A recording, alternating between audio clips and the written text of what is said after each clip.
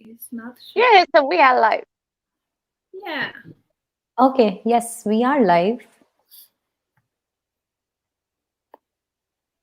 Hello. Hi. Yeah, okay, it's working. It's working. We are live. We are in internet already. Yeah. Hello, everybody. Hi, guys. Hello, everyone.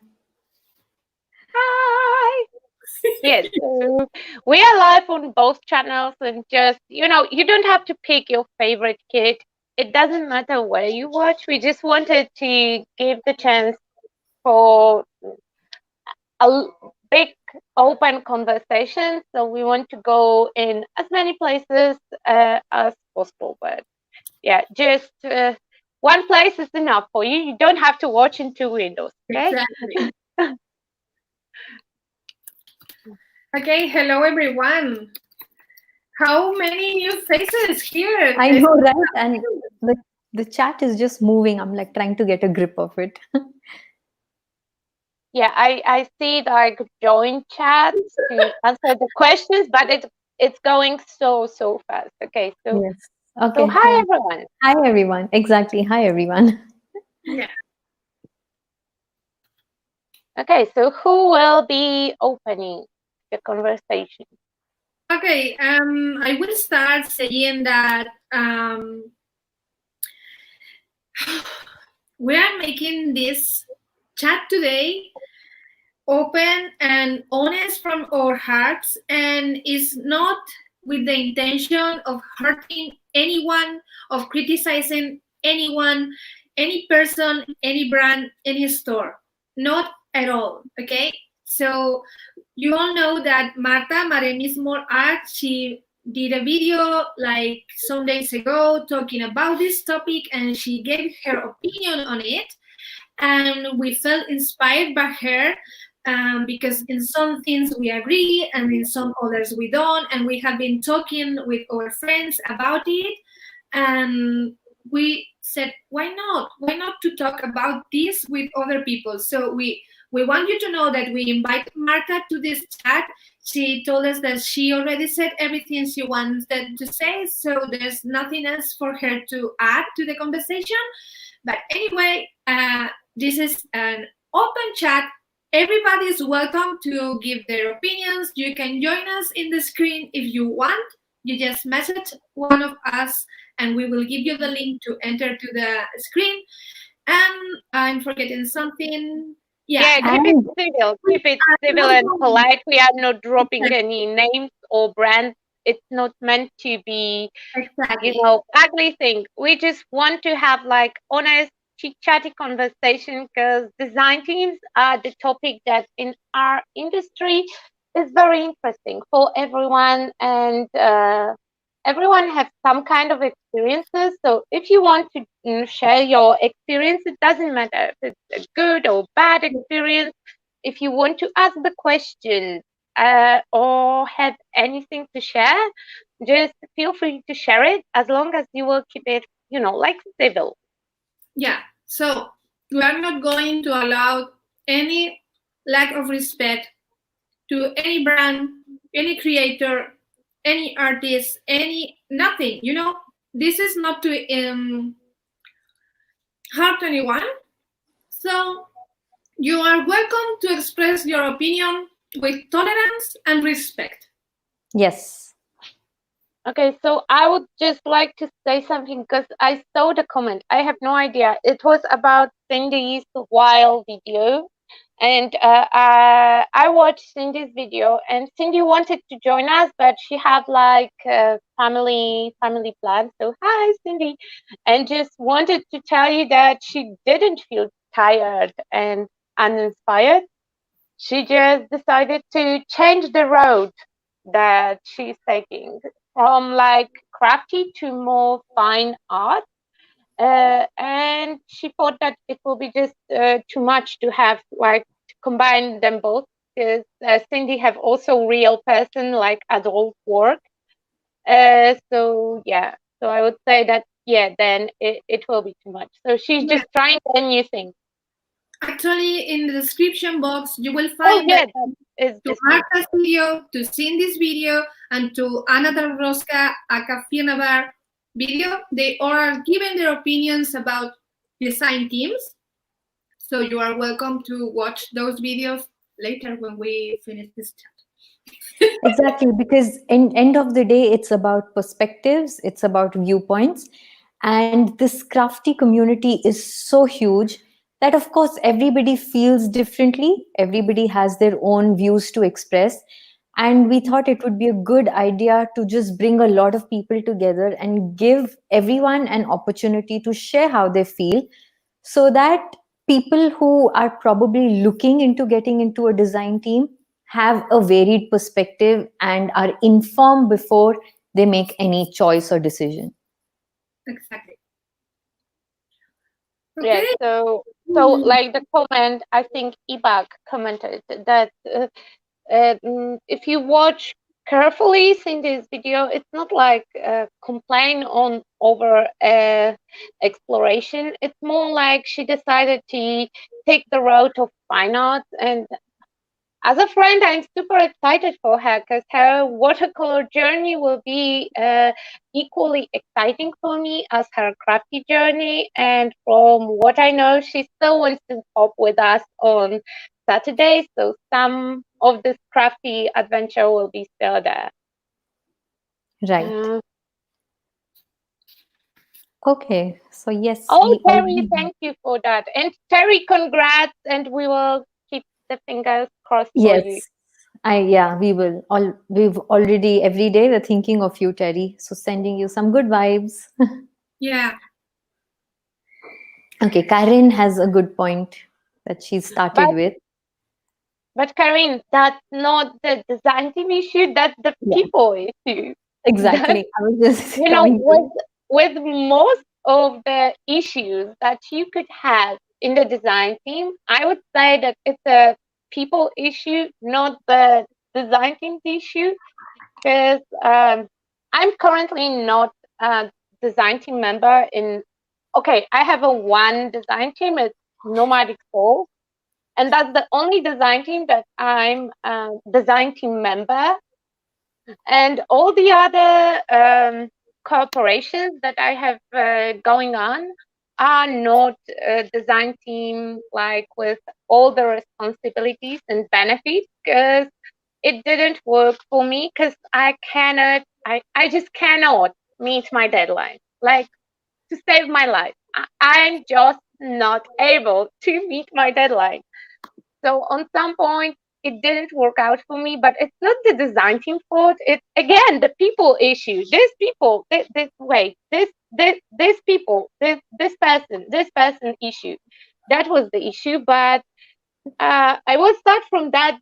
When I started my crafty journey, I applied to some of the design teams. To some of the design teams I was invited to, and I so enjoyed that part of the journey. It gave me such a nice kick, but it's important to pick the right person to the right design team. So I would say that the ones that I enjoyed the most were the ones that I really loved the product. I already knew the product. I didn't apply to like 10,000 of them at once, because if you have too many, it would be a struggle, at least for people like me who struggle with everything all the time. Anyway, so yeah, but the start of my creative journey, I started with some design teams, and the ones that I'm remembering and thinking about in the most positive way was Ingrid Bulmer design team. It was like Prima sub design team that gave me a lot of followers, and it pushed me really really far in my crafty journey. And I will be forever grateful for this design team, for our anthology. That was also a big thing back then for me. And right now, I don't know. I think that I need to take a step back, but it's not like over exploration by design team. It's just the stage that I'm currently in.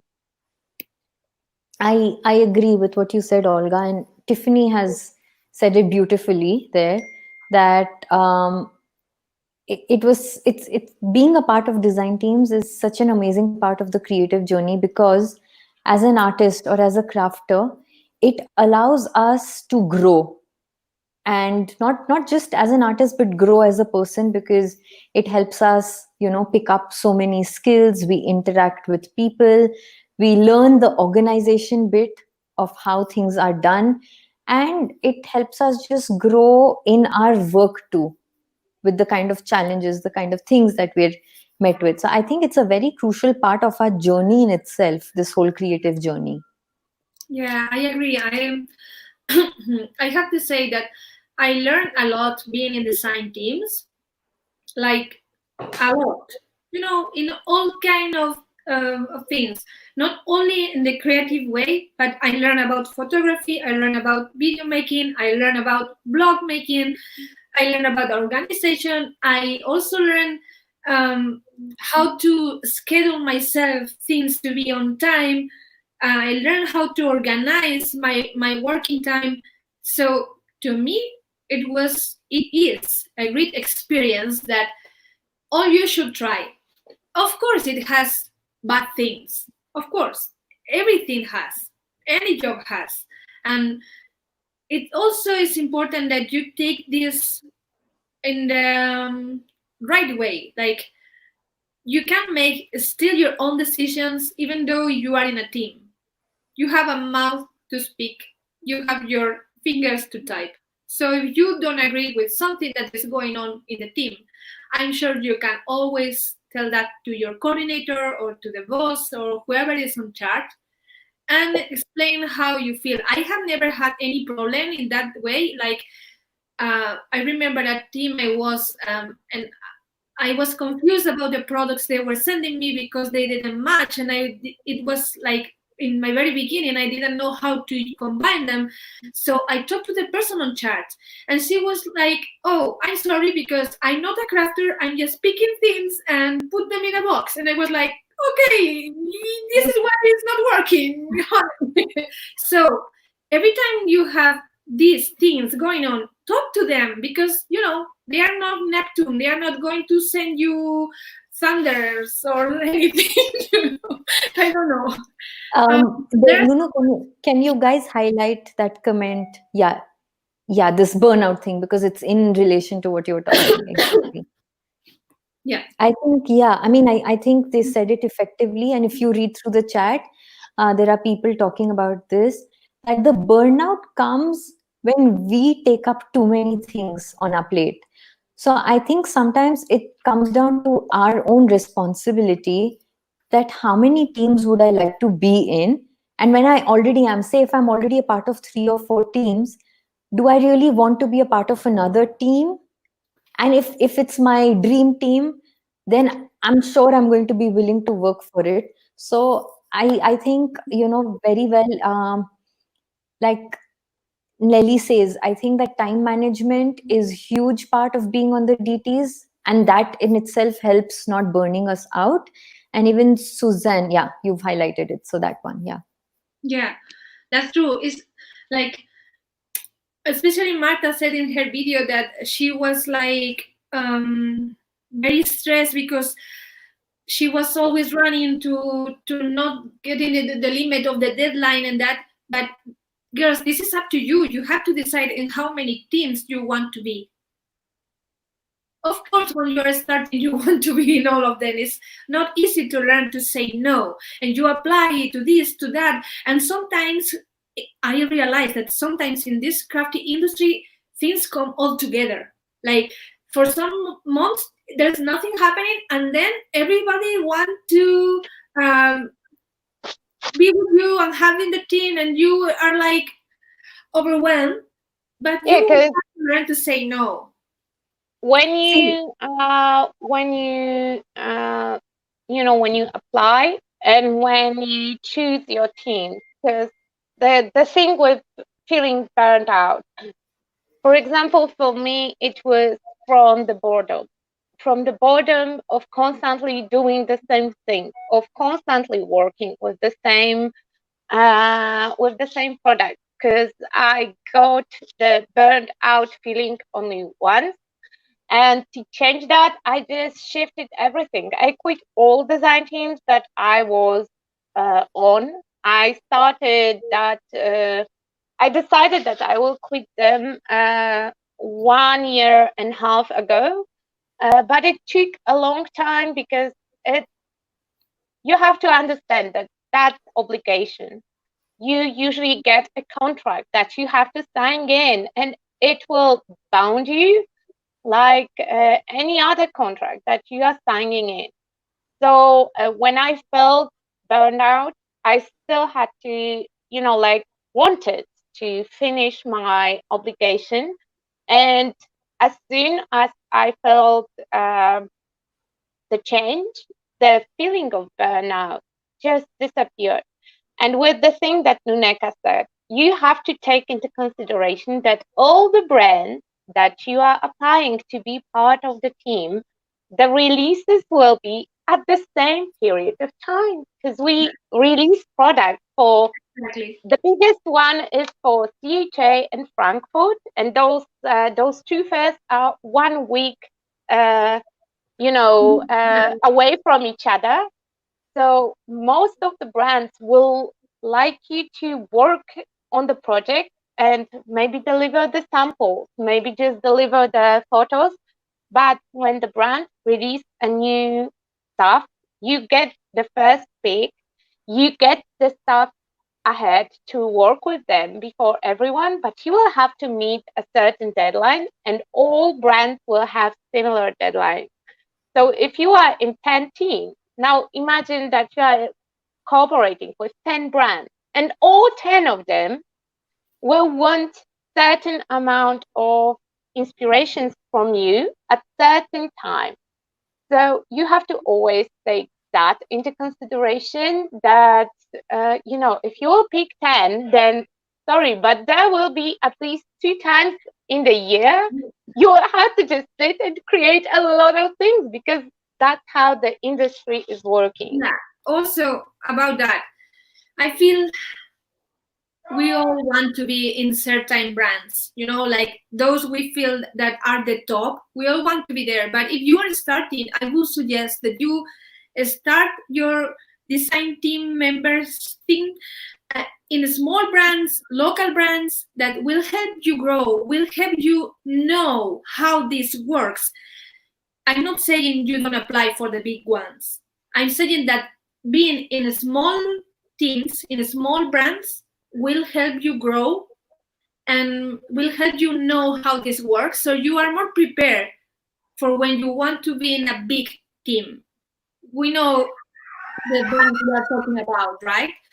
So I did that and it worked for me, and I feel I'm more prepared for many. I'm going to give you an example. Everybody was telling me you have to apply for this team, and I was like, no, I'm not prepared. I need to know more, to learn more about how to do things, how to work with certain products, how to get my projects done in time. And when I feel ready, only when I feel ready, I will apply. Because maybe that person in that brand loves my work, but I'm not prepared. And then if they pick me, I will feel overwhelmed. And this happens, and then you burn.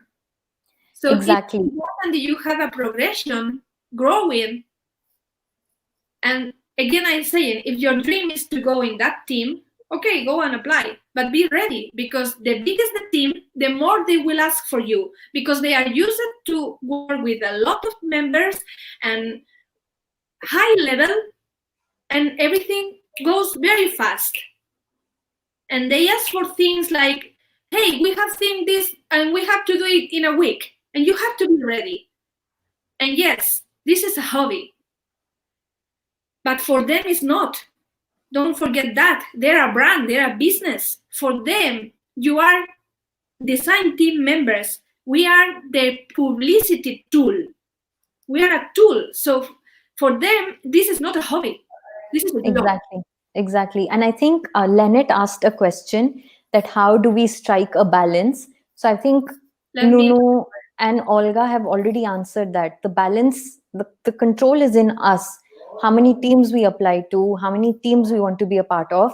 And say if we're already in a part of too many teams and that opportunity to be in the dream team arrives, then we need to be prepared. We just need to be prepared for the amount of work we take into consideration. So that I think answers. Yeah. It will always depend on you how much you can make, how much project you can make, and how do you treat it. Because, you know, if you will take the approach that it's a commitment, it's something that you have to do. If you feel that you are forcing yourself to do the design team project, I would say that for sure the team that make you feel like you have to work and do the project and you have to push yourself is not a good team for you. Because the way that it should work and the way that it will work the best is the good person in the good design team. When both designer and a brand benefit from the cooperation. If you see benefit, and usually those are instant benefits, because as soon as you will join the design team, especially if you are a smaller creator, because we go like with the stages, and it doesn't matter how popular you are, you always feel that certain brands will be like super popular. Like I don't think that there is a creator who would, for example, not benefit from being part of Prima or Tim Holtz design team, because those are such a huge company. And yeah, you probably know that not it's not like it will be not easy to get this design team, but anyone who would get in, they will get an instant boost, because that's the company who have the huge following behind them, and part of that following, you will see the benefit instantly. So if that benefit is enough for you to motivate you to do the work, and if you are working on your project and you feel that it's not work, it's just, doing a cool thing and sharing a cool thing. And when you feel that you are free to create whatever you feel like, and everything just folds nicely, then the cooperation will work for you beautifully. If you feel that you have to push yourself, I would say that means that this team is not the perfect fit and you should look for something else. Because I'm sure that there is a team that will fit to everyone. You just have to find the team that feels like home, feels good. The people are cool, the projects just make themselves, the products are working for you, and you have the creative freedom. The best teams that I was in, they gave me like creative freedom. It wasn't like make an album and it have to be green and you have to use this amount of supplies. That the teams who work like that never worked for me. The ones that worked the best were like, do whatever you want. Freedom. Just create the project, and that was the most fun, and I benefited the most from those cooperations. And I really had the joy in some of the teams. Some of them were a little bit less joyful, but I will say that it might be in most of the cases, because not all of them, partially my fault. And the thing that, on some point, I just knew what I want to do. I have the really narrow niche that I'm willing to work with. And, if the company will send me like box of green butterflies, even if they are the most beautiful butterflies on the world, that will not work for me. And I don't care how much they are worth. It will not work out for me. I think Olga will not use them on her hair also. No, green is just, exactly. No. No. But I want to say something, because the chat will just go away. I think it was Oriana who made an interesting point talking about a burnout in the creative process when Yeah. you're working in the teams, because the pressure, the fact that you just got to create for the team sometimes burns you out in terms of your creative process not having the freedom to create. So that's a But that very depends valid on point. the team and the Sorry? brand.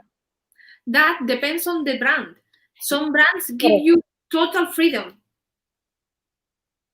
Right. Some brands give you total freedom, but sometimes I understand what her point is, that when you're in multiple brands and you're only creating for your posts, say, I know I have a monthly schedule saying this month this project goes in, that month that project goes in, and say if there's a theme to it or anything, that freedom is kind of lost. So that again brings me back to a point that it's in our hands to balance, to see which team we want to be in, and to decide that whole thing. But Yeah. I also agree, because Oriana says that it just didn't work for her, and she realizes she rather create for herself than with that pressure. And that's fair enough, because a few of us are like that. I did reach a point in life when I felt that too. But I remember Lanet, who is somewhere on the chat here, had another point of view opposite to this, where she said that the fact that I'm a part of design teams and I have responsibilities and I have a schedule actually motivates me to create something every day, to show up in my studio and create something every day, and it pushes me. So that's just another point of view. Yeah, and there's something else. And in this way, maybe brands could be helped us a little more. Like some brands don't want you to use the same project for them and for another brand. They don't want to cooperate. And that's sad. Honestly, I feel that's a mistake. It's my opinion. My honest opinion is that it's a mistake. For example, imagine I'm working for a brand that make chipboards and another brand that make sprays. If I could use the same project for both brands will have more visibility, because the followers from one brand will show the other products, and the followers of the other brands will say the other products, so they will all gain. But they don't see, some brands, they don't see that way. It will be, I would like to be different, but most of the brands work like this. You have to keep that also in mind when you're applying for many teams, that maybe you won't be able to use the same project for 2 brands or more brands. Yeah, I want to point that it's usually marked in the DT call.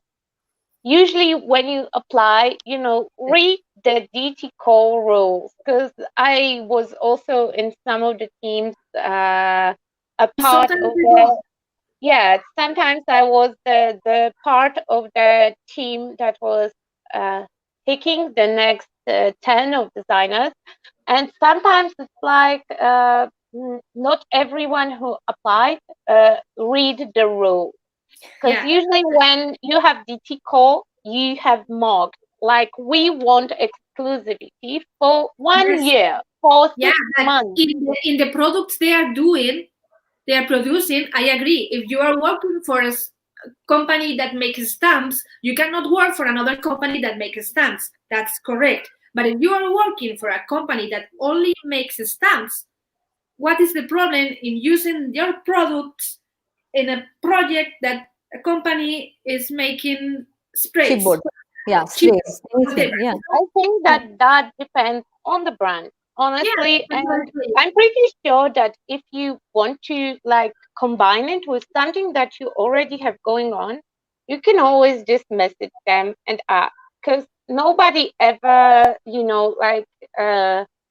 got treated badly or excluded from something from asking questions. And often asking questions ahead can save you and brand a lot of disappointment, because when you are already part of the team and then you are realizing that something is not working, then that might be the issue on both sides, like for you and for them, because they will have to look for another person when they were already convinced that they have a full team. But I'm trying to avoid the brands that are very I don't know how to call it, fanatic about their product. Like you have to use just it. I'm not up for it. I I'm agree. just not up for it because it will not work for me right now. But it did work on some point because Oriana pointed that the team didn't give her like benefits. I think that almost all teams that I was a part of, they gave me some kind of benefit. They helped me grow. That's what I'm For going sure, to again.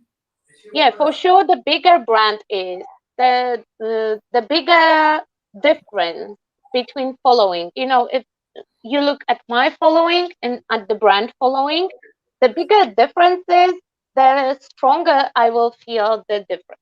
The stronger I will feel the boost. Right now, I'm super happy with the brands that I'm working with, and right now I'm not looking for any more growth from the brand. I just want to see my own growth, and I decided to stay with the brands that when I pointed to them, like, I'm not happy with where I am, and I was really honest, because in those design teams, on the second side of the screen, you have another human being that is sitting there, and they are talking with Exactly. you. So if you will be just like human with them, like, hey, it doesn't work for me, I need something else, I feel that I'm burning out, that I'm losing the sparkle, and I feel that I just need to like something else.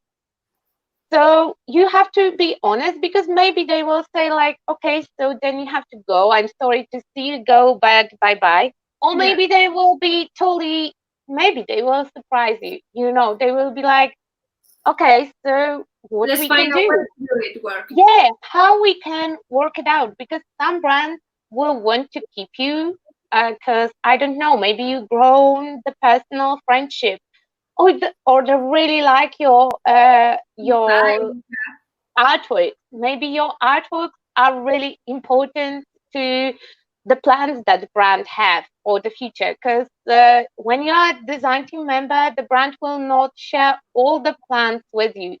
And sometimes when they design some collections, they keep on mind that, okay, we will do the C theme collection because we have, I don't know, let's say Nuneka, who loves the C theme, or we have Nuneka who loves the star theme. So if we will come up with the star collection, we can count that she will pick those products, and she will showcase those products really nice to the people who are following and who are looking for the inspiration, because that's the main role of design team, to show you how to take, I don't know, the plain chipboard, the colorful spray, and just do something magical with it, and how to use it in your craft. So, if you are honest, then probably you will get honesty back. And I don't think that there is anything wrong in feeling like, sorry, but it doesn't work for me. Because actually, I backed off from the team only once before the term. For most of the cases, I'm like, yeah, that's the commit. I was committed. I said that I will do certain things. I will do certain things. Usually, the term is like 6 months or 1 year. So if you look at it, it's like 12 to 24 projects, and for most of the brands, it's quite easy to come up with 12 projects, because the inspiration not have to be always like something super complicated. Because yeah, when you look at those projects that design team is showing, you have to have some variety between them. There are often things that are like, whoa, over the top, but they also look for some simpler projects. The stuff that, you Sorry. know. Yes, that. Okay. Sorry. Antonis is thinking very hard on what we are talking about. Okay, Anthony's. Maybe Antonis wants to join us. Maybe he will have some input. Okay, but he has never been in the same team, I think. But hey, Anthony, if you want to But come maybe, with us, you know, maybe Phil can share some opinions. So yeah, I will give you the link. Just message me and I will give you the link if you want to come in the screen. yeah, because for most of the times it works very nice, and even the times then it didn't work out for me, it was still lesson some kind, and I would say that a lot of people felt lately disencouraged from applying to design team, and I think that it's bad because especially when you are starting your career, it can be such a cool thing. And I had a lot of conversation because we approach a lot of people to join us today in the chat, but some of them couldn't join because of the obligations that they have. Some of them couldn't join us because they are working in the business in the background and they didn't want to be seen. But I asked about a lot of opinions about how do you pick your design team I have member. invited Antonis to the conversation. He will join us in some minutes. Okay, that will be great. Maybe he has something interesting to say because even if he has never been in a design team, But he he's has the part of some area team. in the industry. He knows a lot of people, and he really knows how this works. So it would be interesting to hear his opinion too. Why not? And yeah, and we also have another person here, Priya Mishra, who would be willing to come up. So whenever I can send her the link. I just want to say one more thing, because that's the question that happens often: how to get to the design team and what decides to get the spot. And for a lot of times, people are sharing opinions like, yeah, always the same people are picked to be design team members. There is no space for the new people and stuff like that. And that's not true, because all the people that I ask, how do you pick your design team members? It's usually two ways. One is from the followers, from the people who use the product and tag the company. So they go on your Instagram, on Facebook, they're looking for the hashtag, they're looking for the ads with their name, and they are looking who is sharing a lot of projects with their product, because that will give you a really good design team member, somebody who already loves the product. And one of the girls that I was talking with, she picks design team members to few of the teams. She's the coordinator of the teams that when we talk, because we all talk with each other, and I'm sure that the teams that she's picking people to are ones that everyone would like to join. If we talk on the background and I talk with my friends, it's you get certain wait, I have to check the thing. Yes. So how do you get to the design team? Oh wait, we'll talk about it later because we had like whole list of things. But yeah, going back to the main topic. Yeah, apply to those design teams just like that. That's how you get. Yeah. Adi, you saw a question there about having a full-time job. Oh yeah. Katja. Yes. So Terry was asking about how it is if you have a full-time job and you are also creating and being a part of the design team. So I wanted to answer that saying it's crazy, it's maddening, it's very hard.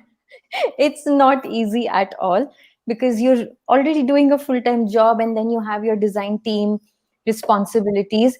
And that's when the balance came handy for me personally, to know that how many teams I would like to really be a part of, and to choose which team that I want to be in and how much can I create.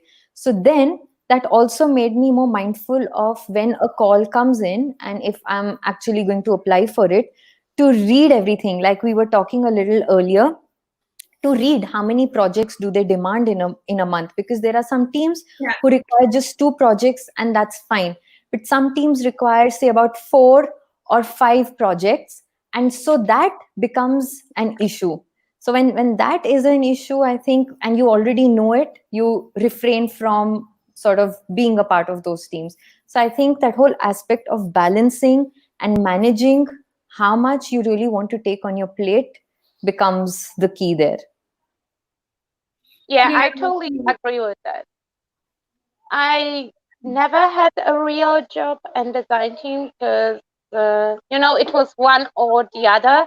But like, I know that Katja is combining design teams with the real job. And yeah, I have to say that, Katja is doing Not the an real amazing job. work. It's a real Yeah. job too, eh? It is, Terry. It is too much for a full time.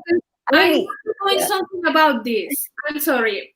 I have heard many people saying that brands send you free products. yeah. No. No. They pay you in products. Okay? So someone was asking also here. I can find it. Rain, it was Rain Barber. I think I read her comment. She asked, "What are the monetary benefits?" Yeah. Yeah. Sorry, I can't find it. There are Yeah, the chat is moving too fast. Some teams Yeah, okay. actually pay, very few of them pay money for the projects or for a special project you do for a fair like CHA or something. But in most of the brands of the teams, you are paid in products. That is how they pay you, sending you products. I'm the next one. Oh, okay. Yeah. So yeah, first of all, people, okay. So it's not like you just get a pack of free goodies for nothing. It's an exchange. You exchanging the project for the product. But being a part of the brand can have also financial benefits. Most of the teams, they are paying extra for the publications when you will be, hi Antonis. Hi, If they Antonis. will Hi, feature everybody. you somewhere, if you will apply to be a part of some publication, some teams will pay you extra for that. And you can also get money for being published. Also, there is, for me as a teacher, there was a huge support with the classes because I got either very good prices or some products for free to teach classes with. So that's the support that the brand is offering you, and that would be able only for the design team members or ambassadors, because that's also kind of being in the design team when you are ambassador. Exactly. And being in a design team, as Olga said, gives you the opportunity to start teaching, maybe. And yes, of course, that is giving you some profit, actually, in money. And this is so related to what Karen was saying before, that for many of us, we won't be where we are without our past in the design teams, in all those, because even if in the smallest one, you learn something, you learn how to do things. So you are growing in the industry. And then if you are lucky and if you are lucky, super lucky, you will be able to have a career on this. And this is when we introduced you, Anthony. Hello, welcome. Yeah, Hi, Nunu, remove ladies. the comment on the screen. Oh, Just yes. can you hear me? Yes. We can. Okay, perfect. I was relaxing outside and I just check on YouTube any updates, and I just saw your title and it was a little bit controversial. So I said, okay, I have to be here. I like those things. And Antonis loves controversy, huh? Yeah, 100%. I'm trying Yeah, to keep my mouth shut. you don't have to. You don't You have don't to. Do you have any opinions of being part of the team? I know that maybe you are not a part of the design team, but you're a part of the team for a big brand, and it also, the teamwork goes here. I Yeah, would say. I know what you're saying. I mean, the truth is that because I haven't been ever in any design team. Oh no, I have been actually in Dusty Attic, right? I have been in Dusty Attic, but the thing is that me being in Dusty Attic, it wasn't like I was already in the position of teaching around the world, so it wasn't like something that when you start and you want to be part of the design team. I never applied for the design team, just happened to meet each other, and then she told me, okay, I mean, you can be in the design team, but I never follow any role. So I was like part of the design team, but I haven't done anything for the design team. Just being me. I never. They had the mood boards, like I don't know how you call them, like every month, colors and stuff. Yeah, the challenge. I never heard of them. I mean, I just being in the part of the design team because I was like maybe this who I am, and I was already in a position that I could do, let's say, the things I want as I want. But that's why I don't want to say anything, because I'm not in the same position with many other ladies that probably they are in design teams. And the things I see, all the DT and all those things is totally different. I don't want to give a wrong impression of design teams. But wouldn't you want to have a team of your own, Antonis? Would you want? The reason first of all, look, because I heard a little bit. I wasn't here from the beginning, but I heard the last maybe 20 minutes. I heard what you're saying and some comments underneath. And the first thing I have to say, so when, let's say about me, right, about my design team, the design team makes sense when you make it, when you have products, right, when you have your own products. Now, can be a company or can be an artist. When we have our own products under our brand, then makes sense to have a design team. And why? I mean, why I should make a design team like Nunu? She's one of them, right? I always told her the last 1 year, I think like, oh, I'm going to make it now. Oh, I'm going to make it. And always delay. But the first thing I'm saying, and I think if somebody else says something different, is that it's promotion, just to make money. That's why I need a design team. Exactly. It's an instrument. What is the reason to have a design team? Is because Nunu, she has 5,000, I don't know how many in YouTube, and she will use my products, and then the people, they will use my products, and then the company will give me my commission. So everything is about that, right? So from since when I start, I'm talking like in general now. Me, Nunu, she knows that I'm a different person, but from since when I start caring about Nunu or you or the other lady in Canada, or like I want them to be my friends. No, I don't want them to be my friends. I want them to do something for me, to do the promotion, so I can make more money. And what they make is maybe a little bit of fame, or maybe some free products or whatever. But what you get and what you make from that as a DT member is how you see the things. Some ladies, I think a lot of the ladies around the world, they just want to feel their selves, their mind, like, okay, I'm doing something important in the art industry now. I'm part of DT of Andonis or Prima or whatever. Huh? So this is one of the main things that the ladies, they want to be part of the design teams. But at the end, if you think about it, you don't earn anything at the end, nothing. I mean, for me, it's you earn less, you earn just a little bit, and you give more of your time, and you give more effort, and when you are in many DT teams, you have to do so many things, and at the end, what is the result? So this is how I feel. Now, from my side, I don't know if and when I'm going to make the design team. Of course, the first reason to make a DT and focus is me to work less in my studio to promote, and then I have 10 people to promote for me. So this is the reason, right? But after that, Nunu knows, for example, me, I never publish, and I will never publish like who wants to be in my design team. I know already 10 people that I love them, I appreciate them, and I know they can be teachers. So those people, I want to give them something back as Antonis, not as Stamperia or as a brand or something. I just want to give them back. And if I make that design team, it's going to be people that I believe, and I can speak and I can say a word for them when I travel. You know, so many stores around the world, and it's enough place for everybody to work. Even, I mean, no, for example, if I go in Australia and I recommend Nunu to go in the same store that I teach for classes, why not? It's perfect. She deserves it. And always the store's trying to find new people, not only the popular ones, right? That happened to me a lot of times, especially in the US. Like, Antonis, do you know any European that wants to teach? I mean, we know the popular ones, but we want someone that is good and is not popular. So this is what I'm thinking to give back. Like, this is the best. Now, some few materials and hi, and I post in my social that, okay, Nunu did that project. Okay, it doesn't make anything for Nunu, right?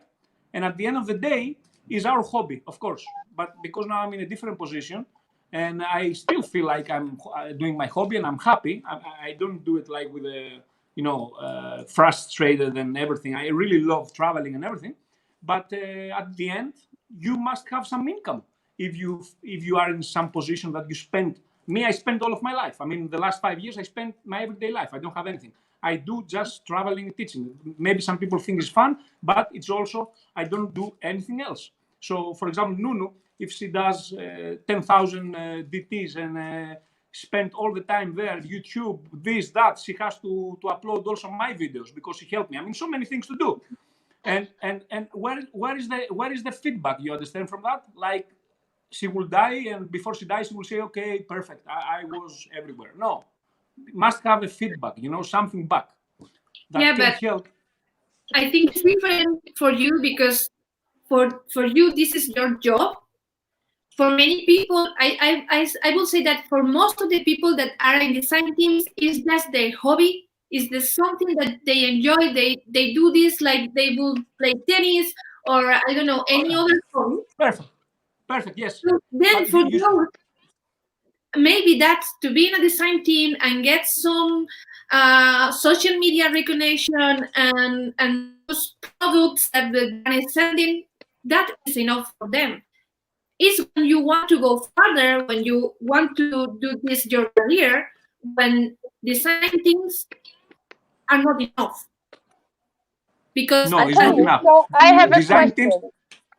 So how did you start? Yes. Because, most of us starting as the crafters and then through the design teams, we go up to the point when you are a teacher. So how did you start? Because I'm sure that it's not like one day you just appeared in Stamperia and you were like, hi, I'm Antonis and I will be your teacher. And they just said like, yeah, okay, that's fine. Yeah, I know what you mean. Okay.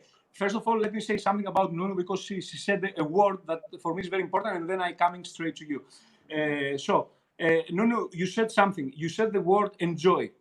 So the most of the ladies, they are inside the DT teams. They are enjoying. They're supposed to enjoy, right? This is the point. Yes. So why we have this stream now, and probably it's not like everybody talking or commenting like everybody, we are so happy in the DT, because nobody cares about the video that how happy we are in DT. Even if I lost the half of the video now, the half of the live stream, probably is the problem is what big happening in DT and what is good and what is bad. So probably it's also some bad things. So that's why we have this live stream, right?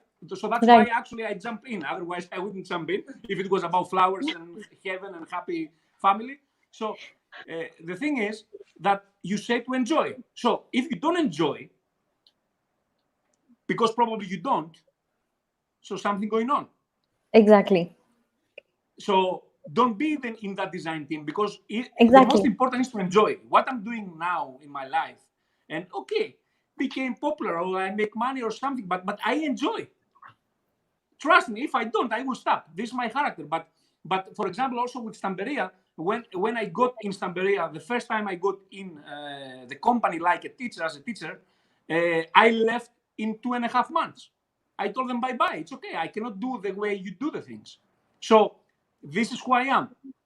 This is what the people must do. First, our own self, and then the everything will come in the future. But just be happy. To be in design team, I agree. But do it because you enjoy it. Not because they fool you that you have to be in the design team because you will be someone. No, you will not be someone just being in design team. You have to do a lot of things. And now let's go what she said, how you start. I was lucky, okay, and I was in a position that everything came very easy to me. I think everybody knows that. Okay, I worked hard, but first of all, I have something that you don't have. I don't want to say it now in public in a bad way, but let's say I'm a guy, I'm a man. Okay, it's totally different. Yes, totally so different. I play. It's true. We don't start from the same line. Okay, I am already ahead. So not only me, every guy that does. So for me, the most important ingredient to become successful, the most. I mean, if you have this, you will do something in this industry, but probably you will do anyway something in any industry around the world, is confidence. To believe in yourself 100%. This is, if you have this as a character, and you're, of course, in this industry, you must be also like a normal person, to not be arrogant and ego and stuff, because, okay, it's good to believe in yourself, but you have to have a character that you relate with other people, not to be like, I'm the one, I'm the God, and it's not going to help you. But if you believe in yourself and you already solve that problem with yourself, then the success will come. This is 100%, because you do better job, you do better things, and you feel that I'm good and I can ask.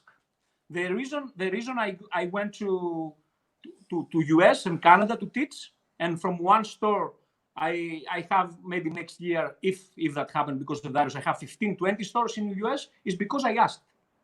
I asked 7 stores in US and they accept me only from 1. And from Canada, I asked 5 stores and they accept me only from 1. So you have to ask. You have to say something, or you must have a friend like me, for example. No, I help her. I don't mind at all. She deserves it. It's good to give her a push, because me, nobody helped me, but I got lucky or whatever. But why do not help someone? I mean, this is how it goes. How you start. You believe in yourself and you don't afraid to ask. Ask. Me, the only reason I never had problem to ask is because I believe so much in what I'm doing, in my projects. So, and I know my personality, but they don't know. Personality is they will know after you start traveling a lot what person you are. Because, you know, if you do something wrong again and again, everybody will know. Then you're screwed. But in the beginning, it matters what you do, your art, and why the store from US pick you and doesn't pick someone else is from US. So you just ask, and you believe so much in what you do. And when you send the projects and say, look, I found your store on the internet, I don't know, I want to come and teach, I want to expand my, I don't know, my world and teach in US. So this is what I do. Are you interested? They will close the door in the beginning, but when you start rolling, after they will come back and tell you, oh yeah, I mean, you can come also to me. This is the thing. And also, this is like a trick.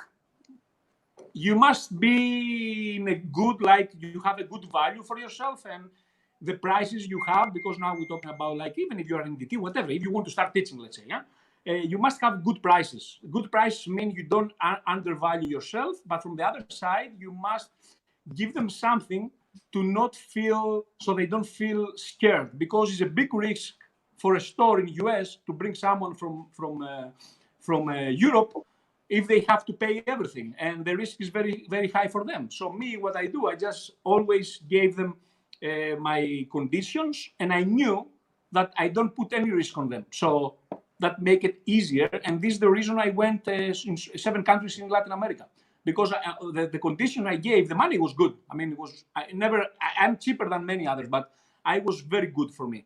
But all the other conditions, because I heard, traveling around the world and talking with owners and stuff, I heard many different stories from tutors. They ask even what time they will have the Starbucks coffee in the class. I mean, the Starbucks coffee must be there.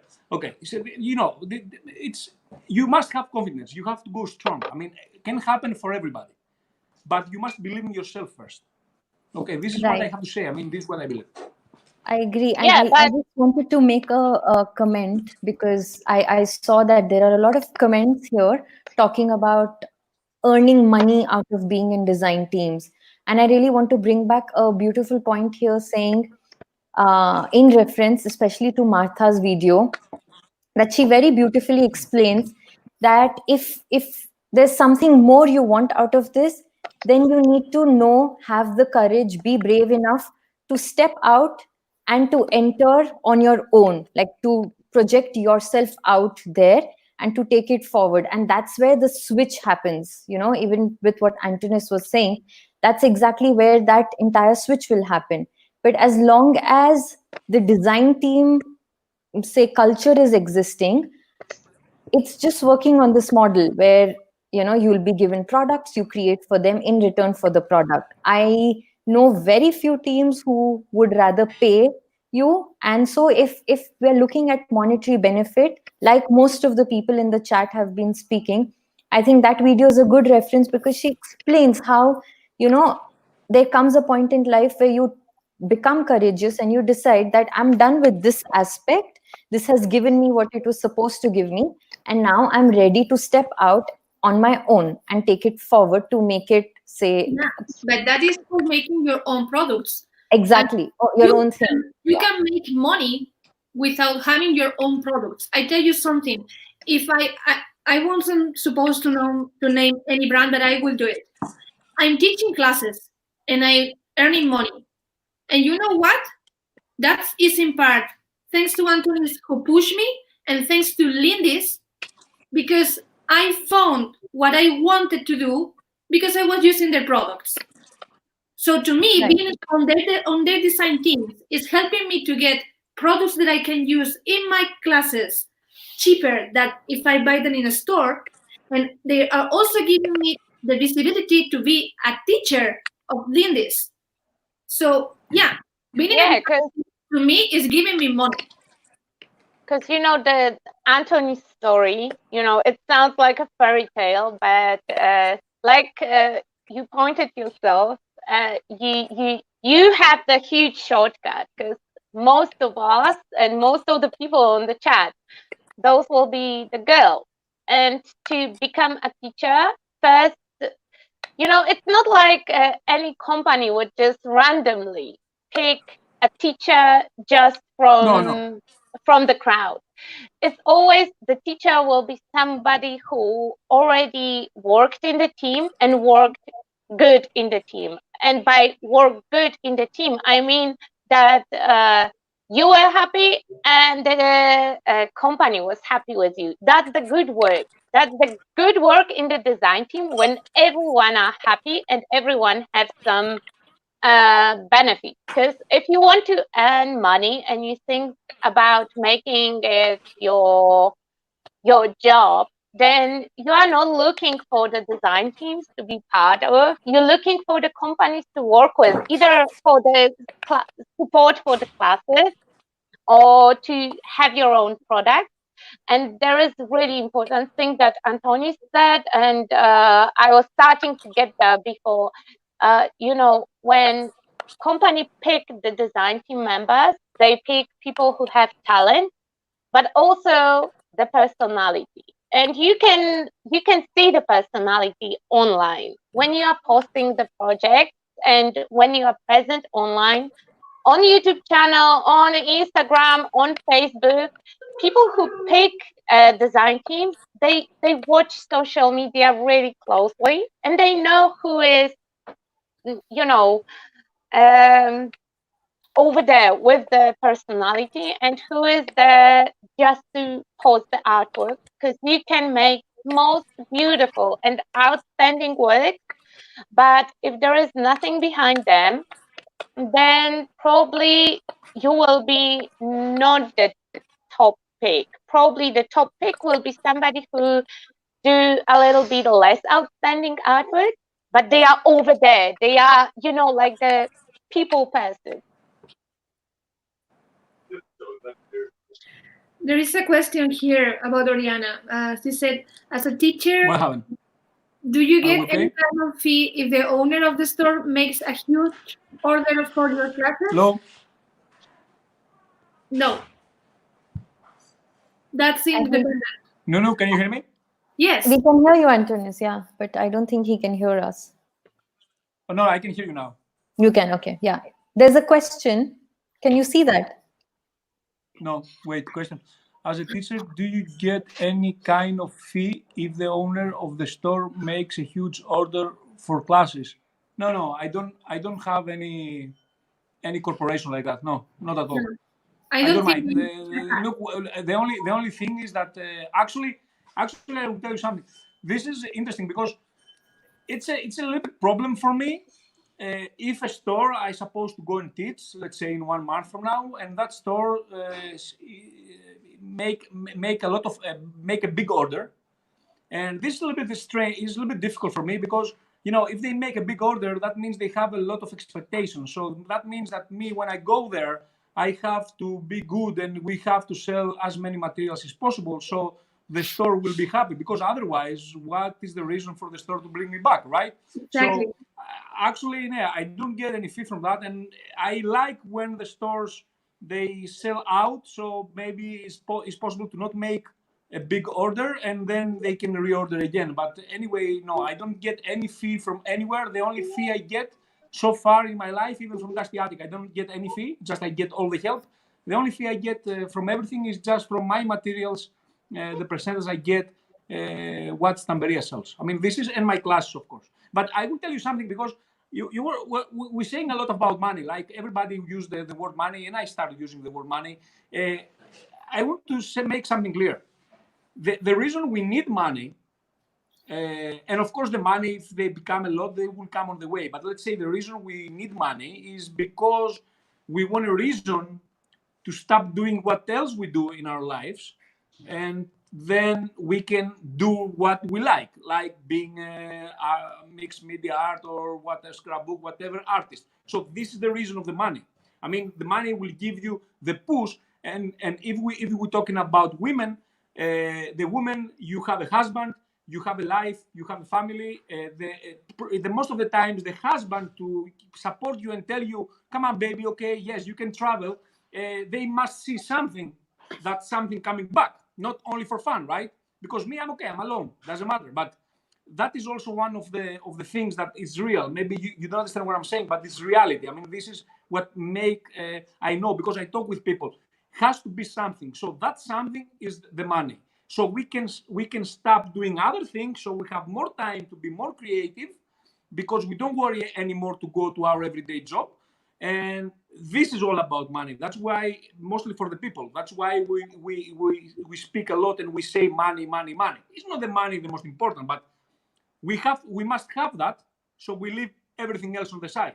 Otherwise, only if you are a millionaire, you can enjoy just crafting for yourself. Doesn't matter where you're gonna go. Doesn't really matter. I mean, we must make something, so you have the time to do that as a full time, and you have time to create. Because if you are a mother, a wife, going to job, you have to clean, you have to cook, and then you have to improve also your art. It's not gonna happen. Probably around 80 years old, you will start teaching. I mean, this is a problem. This is how the things is mathematics. I mean, this is how the things goes.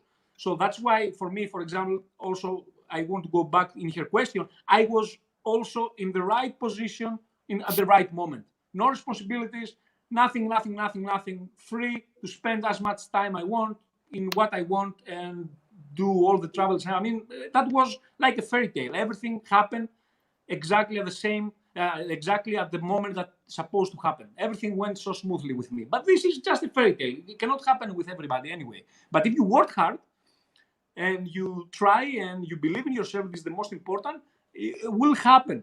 Something will happen. Not from DT always.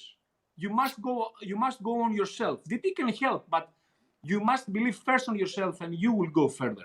And then don't expect from companies. The company will come later. The company will come later. And it's better if you are somewhere already. And when the company comes, you are in a good position from like you can say the things you want, because if the company comes when you are in the beginning, probably you will play with their rules, and this is not the best always. Yeah, but that's the case when you want to like turn the crafting into something more, to make it your job. And we also have a lot of cases when you don't need to make it your job. You just, you have your own job. You are accountant or businesswoman or teacher, and you are just crafting for fun. And then design team have a lot of sense, because especially, if it's something that you like, because it will never work if you apply to, I don't know, Lindy's design team, but you hate mixed media. Then it will not work in any way. There is no possibility that, I don't know, you hate paper and you will go to paper company design team. Or you hate Metal Gears and you will go to metal producer. Then it will not work at any condition. But the first reason, everybody, this is what I believe, of course, right? The first reason, even if we don't say it, the first reason that everybody is happy to get in DT is the self-confidence. I'm doing something well. Yeah, because that gives you a nice boost if you are thinking about applying to the design team, and that especially if that's the company that you love and you have like all the products from them, and you see the design team call and you apply and then you get in. Oh my God, you cannot imagine how nice boost of confidence it gives you. And from there, you can go everywhere. I'm 100% sure, but can I say something also very important? Yeah, sure. Because now the way you said it reminds me something. Because we're talking about what a DT can give you, or a company, right? So I will tell you this, and I'm totally honest. I have been teaching now for, I think, 6 years around the world. Yeah, so something like maybe that. I have been in more than 150 cities. I don't know, more than 150 places. I tell you this, Stamperia so far gave me 2 workshops in 7 years. But you also have your paper lines. No. You don't understand. What the point is not. Yeah, I understand. Well. It's the like point is that you. I worked on my own. Yeah. You have to work. You have to chase it. You know. You cannot expect from someone else. It's not like we will just sit here and all the class teaching offers will just fall from the sky. You have to put yourself out there and ask people. Yeah. I totally agree about it. This is what I want to say. I mean, that's why I said that, because you have to do something for yourself. You have to believe in yourself and then put yourself out there in any way, always in a decent way, but you have to do it and never step on other people, because this is happening a lot also. Instead of giving to someone else. It's the thing that you said before, like be confident, but don't be an a-hole. Yes, of course. This is the most important, because we have to do with here our let's say our job, our teaching, and all those things is like psychology, or not psychology, like I don't know how to say it in English. It's like more like give them life and do something important than just teaching art. So you have to be kind person, relate with the people. We have to do with the person that lives next to us. I mean, has 10,000 problems. It's not any competition that I'm the best. You have to remember always that. Me, I believe so much in myself. Huh? Okay, let's welcome some more people to the chat. Hey, hello. Hi. Priya. Hello everyone. Okay. Am I audible? Yes, we can hear Yeah. you. So Emilia, she is the owner of Lady E Designs, and she has also been in many design teams, I think, right, Emilia? And she has been in the industry for a lot of years now, so maybe she can add something, her opinion, to this chat. I will take you out of the screen so you can see yourself. I'm enjoying. And I'm totally enjoying yeah, this conversation, whatever is going on. Okay. So please carry on if I'm disturbing.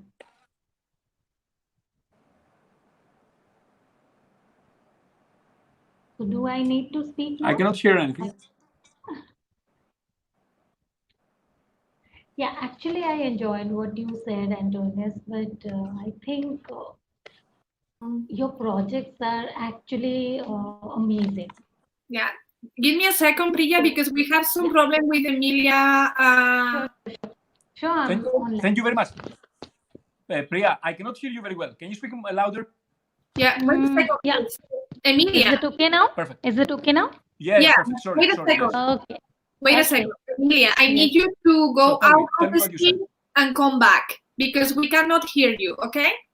Okay. I'll leave and then come back No, again. not you, Priya. No, Emilia. I don't know what this. Wait, because Okay, are you talking Emilia. to me? I'm the only one who talking here. I cannot hear you. No. All of you, shut up. I need Emilia to go out and come back. Yeah, that's okay. In meantime, we can talk, the four of I us. don't know what everybody's doing now. It's crazy. Okay, don't worry. Yeah, don't worry. Tell us Okay. a little bit about you. Yeah, Priya, tell us a can you hear little me? about you. We can hear you, Yeah, Antonius. actually, I was totally surprised how Antonis came up like you have to be confident and because I'm a man, I'm in this industry, I'm ruling and everything. But believe me, man, you have got amazing talent, and that is why you are here. Wherever you are now, that is because of your projects. You do amazingly. Okay.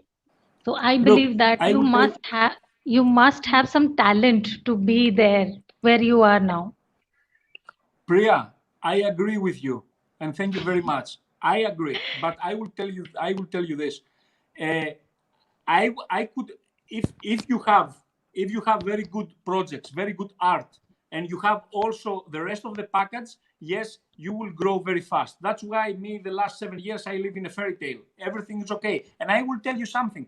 I am a little bit lazy as a person, right? So me, I haven't worked that hard as I should work or another person would work. And I would be now 10 times more of what I am if I wasn't lazy. Me, I'm still lazy person. Nobody can understand probably, but me, I am. So I don't work I that totally hard. But I just understand. want I to say, totally understand. I'm lazy myself. yeah. I am into design team because to push myself because I'm totally lazy. If I have nothing to do, I'll not get out of my sofa or I'll not leave my Netflix. Okay, this is the thing that gets me going because I'm absolute lazy. Yeah. I want to tell you something. The last thing, very fast, is you said about like I am where I am now because of the art. It's not just because of the art. I'm telling you this. I could be what I am now, even if I had less, even if I had less like good art. The thing is that the personality matters very much, and at the end matters also in your art because sometimes when I came in this industry and I start doing different things, is because my personality says do stupid things, try, experiment, don't be afraid. So this is me. This is me believing to experiment on something, to try something that you don't know about it. That if you do it, that means you believe in yourself. Only a person that believes in itself, they can try things. You understand? It's very Agree. important. So at the Agree. end, everything comes again back to the personality. So this is what is gonna give you success, because the good art will come also from your personality. That's true. yeah, and everyone who grow in the industry, they had an amazing personality.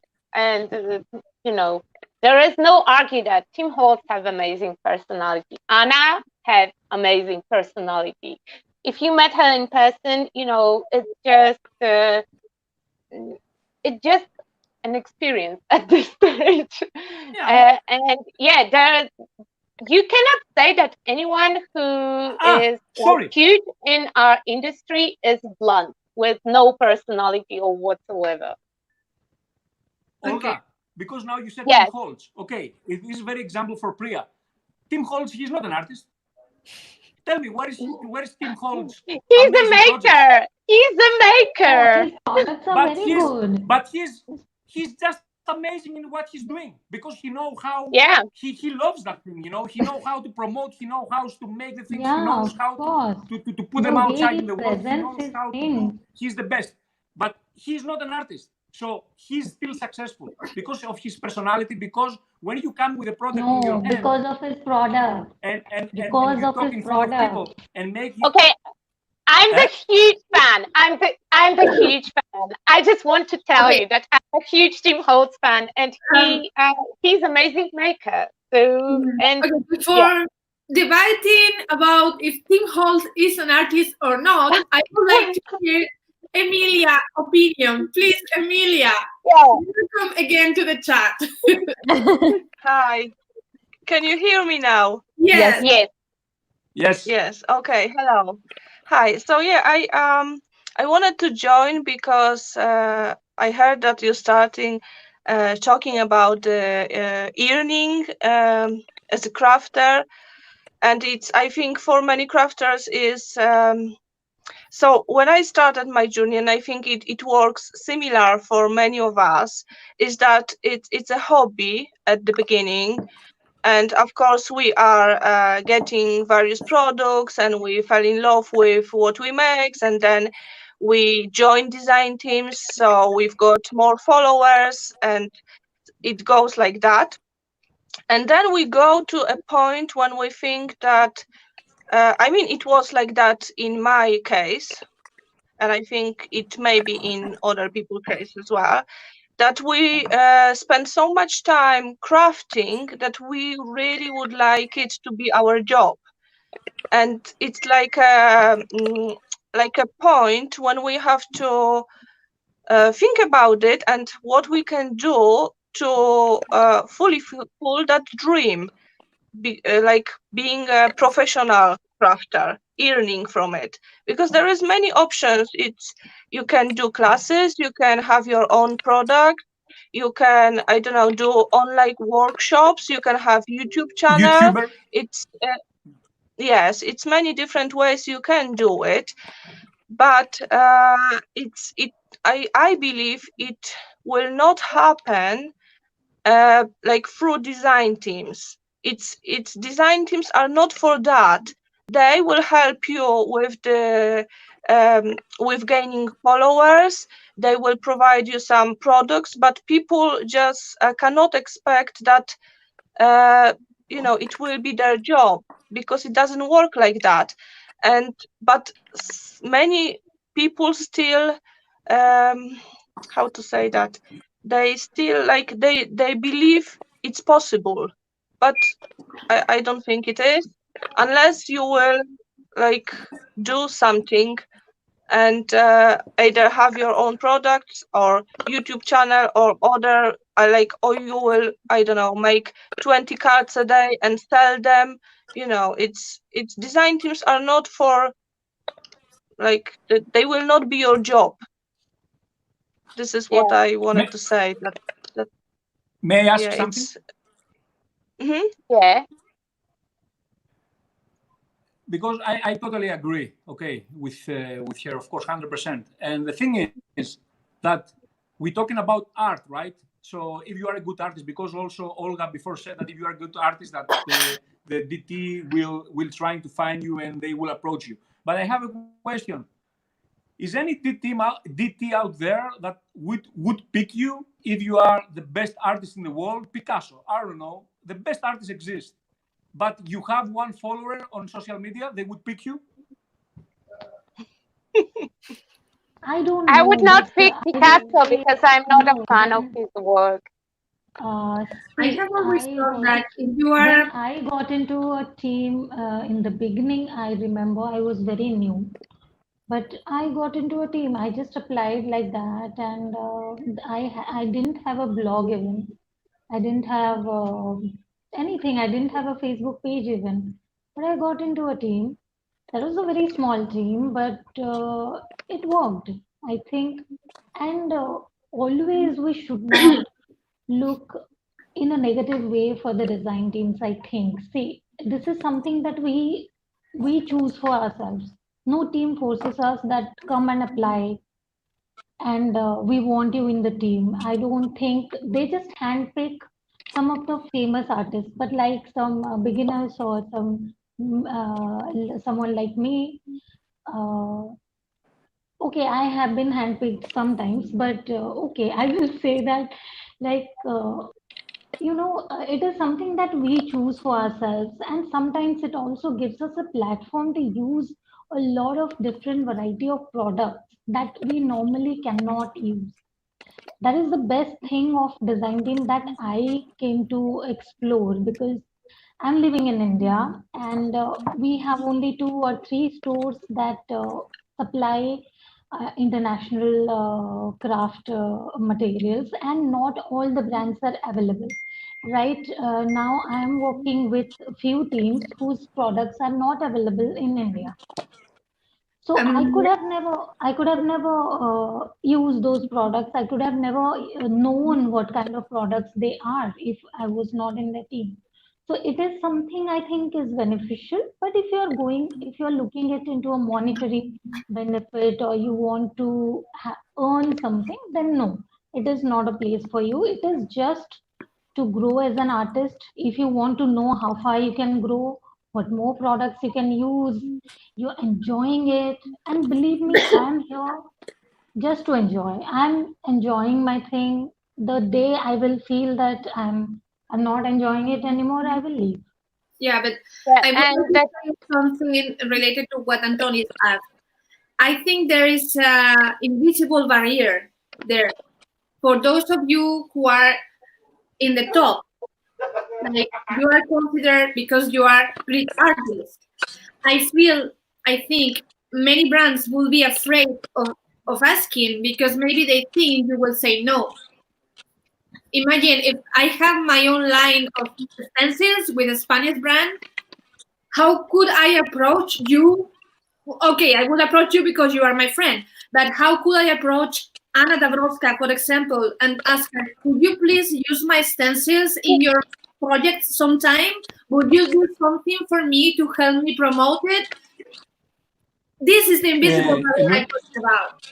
but In that, sorry. Because you asked, and yeah, the first big design team, it was, I was saying that before, it was Ingrid Bulmer design team. And when I was picked there, I didn't have even an Instagram account.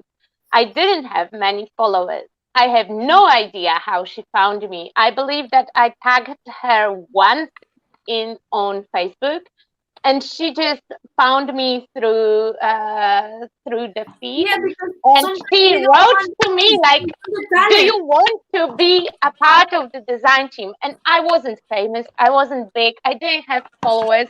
And when I wrote, I didn't even speak English. When we were talking between each other, oh my God, that was a struggle. My husband had to translate me both ways, what she said and what I want to say. So it was the first big one, and it was a huge chance. I don't think that now it's possible, because it was like 8 years ago. So a little bit, it happens.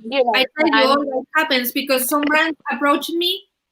I never applied for them. I was no one with very little followers, and they approached me. And I was like, whoa. Because, yes, sometimes brands look for talent. Okay, I'm not considering myself super talent, okay? But a little bit, yes. So yeah, sometimes people, brands look for people that are talent, because who knows who is there.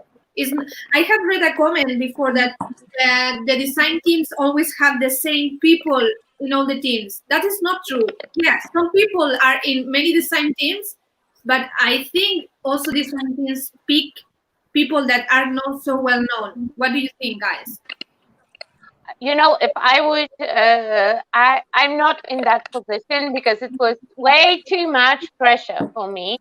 But when I was supposed to pick people who will be part of the design team, the only thing that was matter, you know, how nice the artworks are, because the company has their own following.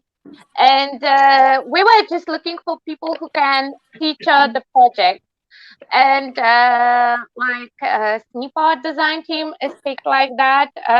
We don't check the social media status.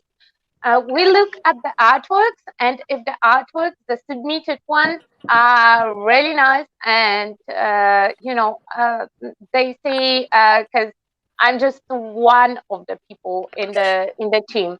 I'm not even the most important person in the picking process. But I know that if the artworks just speak and they show that somebody can work with the product, then that will give you a spot, not the amount of followers, because sometimes people who have like huge following, they would be not the best team players, just like that.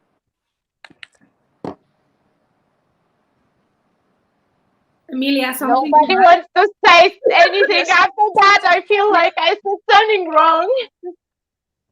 No. So I can say for myself and for my little company how I choose design team. So I'm usually looking for people which makes interesting projects, and if I can see a potential there or not. It's not so much about the followers, but I think it all depends on how big the company is. I run my own company by myself, and it's only a little business, so I don't need and I'm quite I have my own followers, so I don't need many more people with a huge following, because I am not able to run a big company. So it all depends on, of the goals of the companies as well. And I like people who makes lovely things, and it doesn't matter for me if they have many followers or not, because I believe that, like, I before grow with the companies, I believe that people can grow with me as well, with my company. So this is that's another thing, that you can find someone who has not many followers, but you will like help that person to grow. Okay, I mean, I have to say something. There exist people like you, of course. Always there going to be different people in better way and good ones. Always, everywhere. But this is not how the thing works in general. No. Emilia, you were in Emilia, you were in a lot of design teams. Do you remember the times when you did apply for the teams, and times where you had key teams going on, how things were looking at? And would you like to talk about that a little bit? Because I think you are a good example of the designer who, because you went through a lot of different companies and you worked with different teams. And how was that experience for you? So, general, it was okay, but it's like with everything, it had the bad sides, obviously, because I left most of them, and I'm now supporting only few businesses, few companies. And I think it's all depends, because if you take so many design teams on and you struggle with making projects on time, like me, that was my issue as well, that I am not very good with planning, and I just had at some point I just had too many, and I just couldn't finish my projects on time. But then also the very good part of it was that I gained followers and I could move on. It was like without design teams, I wouldn't be here now. So for some part of my life, it was really good for me. And then when I thought that it's like time for me to go in my own direction, that was when I started to be on less design teams and like more for myself. And also the like sometimes the products which you can use are limited, and I didn't like that as well. I think crafters need to be, they need to use their creativity and they cannot be limited, because if they are, it's starting to be a burden, not they cannot spread their wings, I believe. And it happened to me, so I had to leave, and now I'm working with people who are like more tolerant. So I'm not strict with the dates and also with the products. When I still sometimes people still invite me to the design teams, but I don't take it, because I know it will be like, you cannot use that or you cannot use that, and it's not how I work these days, so doesn't work for me anymore. So you have to be one thing. I'll just make 2 points here, that while being in a design team, what is more pressurizing? It can be pressurizing sometimes, like all of you mentioned. It's like just pressuring on using a specific product, that you have to use this product for this month, and then then sometimes it just goes off, like you're not feeling like using that, or you cannot come up with an idea how to use that. Sometimes that is a limiting thing first.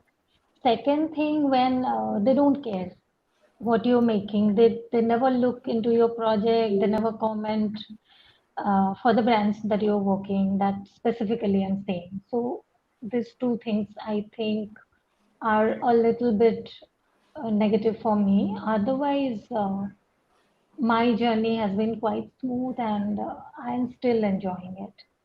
So, and for the beginners, I would always suggest that always try if you are taking it as a hobby, you are enjoying your craft, then do try getting into design teams. There is no harm in it, and it's not negative, or it's not something scary. At least it has been very nice for me. And if you don't try, then for sure nothing amazing will not happen.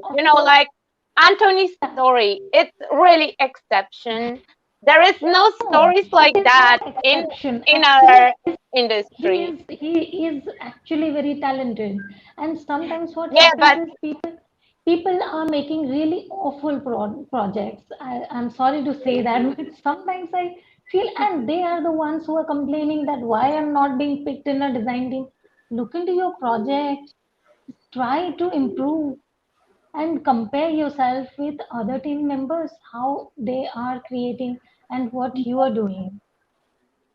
Yeah, but most of the crafters, we started with some kind of design teams, with some kind of support, a lot of talent, and a lot of we are also personality.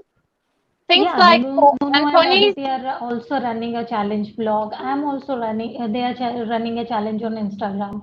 I'm running a challenge on a blog. So we are giving chance to new talents who are not in the design teams. We are not looking for design team members or with lot of talent, or we are not projecting any brand or anything, you are always welcome to apply into a challenge, so that you can hone your crafts, you can understand what is happening, how the team works, and how can you work around a particular theme and all that. It also helps, like sometimes you say ki, oh, I'm not happy if I'm given a theme, I don't want to work on that. But sometimes that is also challenging yourself, taking your craft to another level. So that is what I I think feel. I think it was somebody, Tindalu, who had made a comment on the chat saying, Yeah. when you're starting out, it's good to join these challenge blogs because they help. They bring about an exposure. They help you work on your craft, and it's a great platform. So I think, yeah, there've been a whole lot of comments about that too, which is true. I mean, when you're beginning to be a part, it makes sense. And yeah, even this comment that Oriana, Nunu has highlighted, Oriana says that I think this is ever changing. Don't you think? Every time the industry is developing, things are changing a lot. Yeah, but still, because like I said, I talked with a few people before that, and the way that people are picked to the design team, if you are the person who, like, every time when the certain design team will appear and you are the first to comment, like, oh my God, always the same people in the design team, then I would say that probably you will never get a good chance, because people see that. And the good design team member have to be like a cool, non-problematic online person. Like if you cause a lot of drama everywhere, and you have those posts when people leave maybe not the nicest comments and not the coolest stuff, then design team will see you as the person who will cause the problems, and design team member have to be a team player. We yes, each one of us is always individuality, but after all, we have to play nice together. That's really important. Yeah, and can I say something? Is that Yeah, okay? sure. Or anyone else want to? Yeah. So because I think no one said that today yet, and I was just listening to you and just thinking about being a team player. But what another thing which I really liked with the design teams was actually that they were like little families, you could say. So people usually support each other. I mean, like everywhere, there can be someone you don't like, and being on the same design team doesn't mean that you have to love everyone. But those few design teams I had gave me really nice friends, because I met some people through design teams, and we were on trips, we were on teaching workshops and I've been with Olga many times in many places. So this this is actually a huge no, it's a really good thing which came out of being on design teams, that I have really nice friends now. Yeah, that's true. That not everyone will get along with everyone. We don't have to like love everyone, but yeah, we were on few trips together, and like with Nuno and Adi, we have the Saturday Hop Club. That is also kind of like design team. And I think that we have a really cool crew over there, and everyone are kind of team player. We support each other. Not everyone have to support every single person, but it's always like that, that if you have any trouble, any issue, and you will write it in the group, somebody will swap with you, somebody will help you, somebody will answer your question. So that's the cool part of the experience as well. Actually, about design team is not necessarily to be a team player. the only thing you have to do is just to cooperate with the person that creates the design team. I mean, you don't have to love or being friend with someone else in the design team. You don't need anything to. Maybe you have another person in the design team and you never talk to him or her ever. You don't need to. The most but if you with the person that. Hi, but if you will be an a-hole and you will tell people, not so cool stuff, and you will put your foot in front of them when they are running, then that will cause you long-term trouble. Oh, 100%. But the thing is that the best can happen from a design team is what she said, is that to make great friends. But this is the best end. I mean, the best story can happen from a design team, and this is good. This is amazing. But this can happen anyway from the industry. I mean, you meet people, and from the 1,000 people you meet, you will make 10 friends that you really trust, and you can, you can have future even if that industry stops. Like me and Nunu, for example, I love her. It doesn't matter if she's artist or she's not, what's going to happen. Yes, but you are a bit in a bit different position because you travel a lot and you meet people. It's different when you are just making cards at home and you have no followers and maybe you just starting. So being on the design team can actually, let you meet people, because not only online, because then there are some parties, there are trips and other things where you can really meet those people. And this is nice because you wouldn't meet them if you are not a teacher and you do not travel. You have no chance to meet them, actually. Totally agree with you. And if you ask Nunu, one of the things I always wanted, if I make the design team, if I ever make that design team, and she can confirm, and I would love, I don't know, maybe exist that design team in the world, but just I don't know it yet, to once per year, that design team, we can meet all each other, and every year we change the country because it's from different countries probably. I mean, to do something with it, not just have a design team and post. You do something. It's like you create the family that you want to create, because I agree totally with that. Hopefully it's going to be difficult till all the people fit each other, because maybe me, I like Nunu, I trust 100%. I like maybe Aditi, I trust 100%, but maybe each other, they will have some problems. But this is the best can happen. Hello, welcome, Anna. Hello, welcome. Hi, Anna. Better late than never, they say. Can you hear me? Is it all okay? Yes. Yep. Yeah. Okay, I can see the lag is terrible. Because you're watching it in YouTube. Yeah, if you watch it on YouTube, the lag will be there. Yeah. You will see the real time on your phone. On your phone, on the one that you are filming from, then you will see the real time. She's on the computer. Okay. Okay, so maybe you have a different perspective, because you have been in many design teams, then you start cooperating with Prima, and you have your own brand, and now you have your huge design team. So I think it's important to hear your opinion. So maybe just for those of you who don't know, I'm like middle person between the brand and the team, because in fact I am the brand creator for Prima, but I'm not the manufacturer myself. So the dynamics here are a little bit different than they are, for example, for Emilia when she's the business as a business. So this is something more similar to Antoni's, because he's got his own line with Stamperia, but this is the same happening for me. I have my own brand with Prima. Probably there are differences how much of the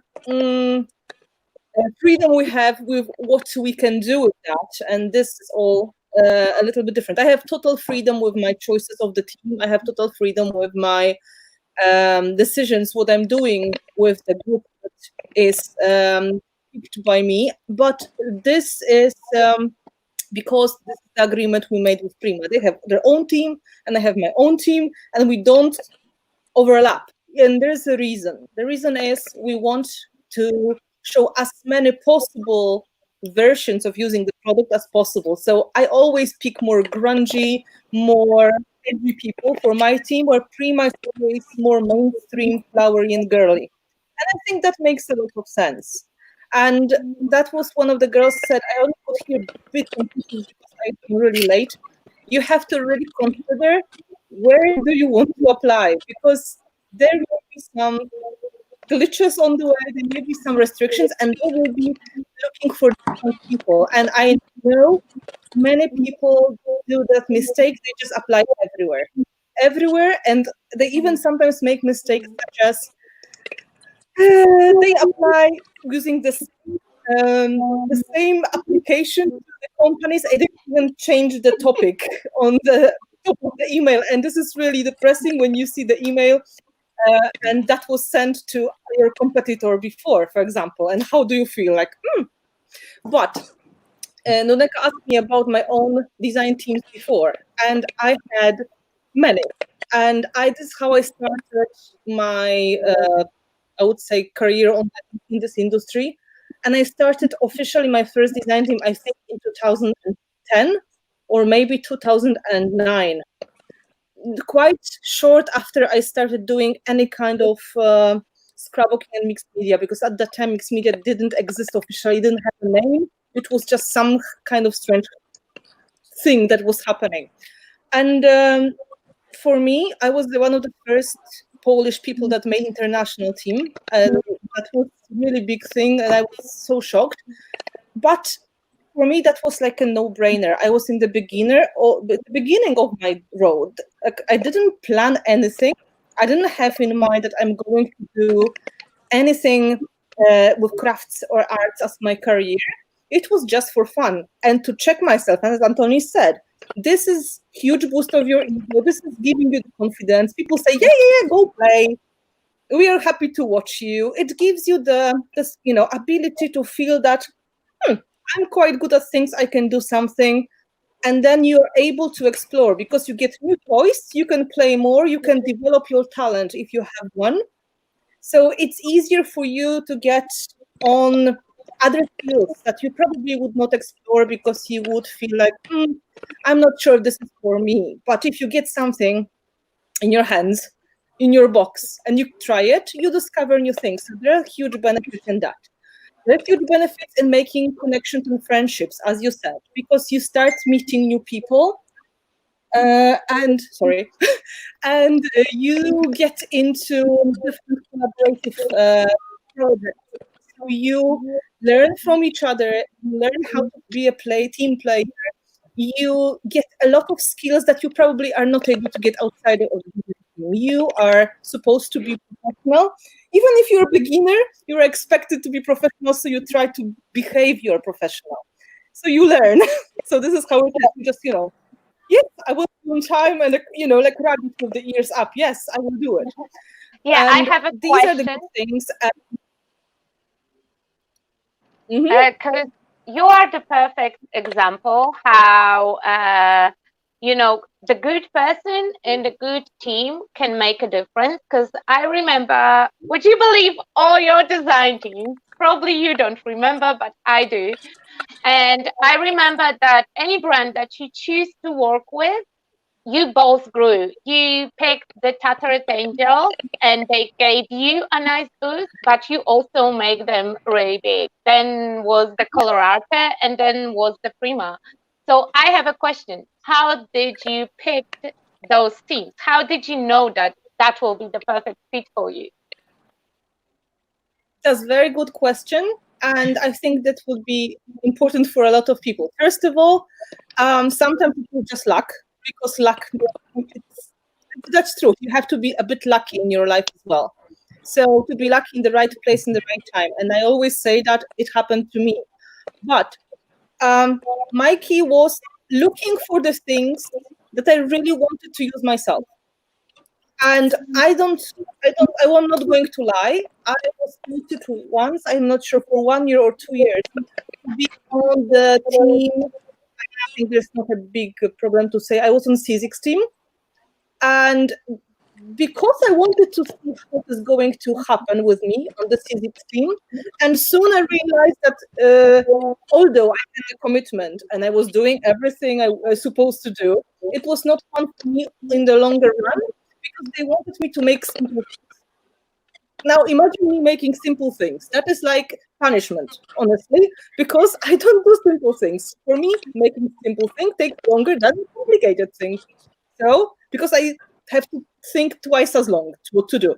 So after some time, when I realized it was not fun, I took I think the best decision, and I said, thank you very much for the time.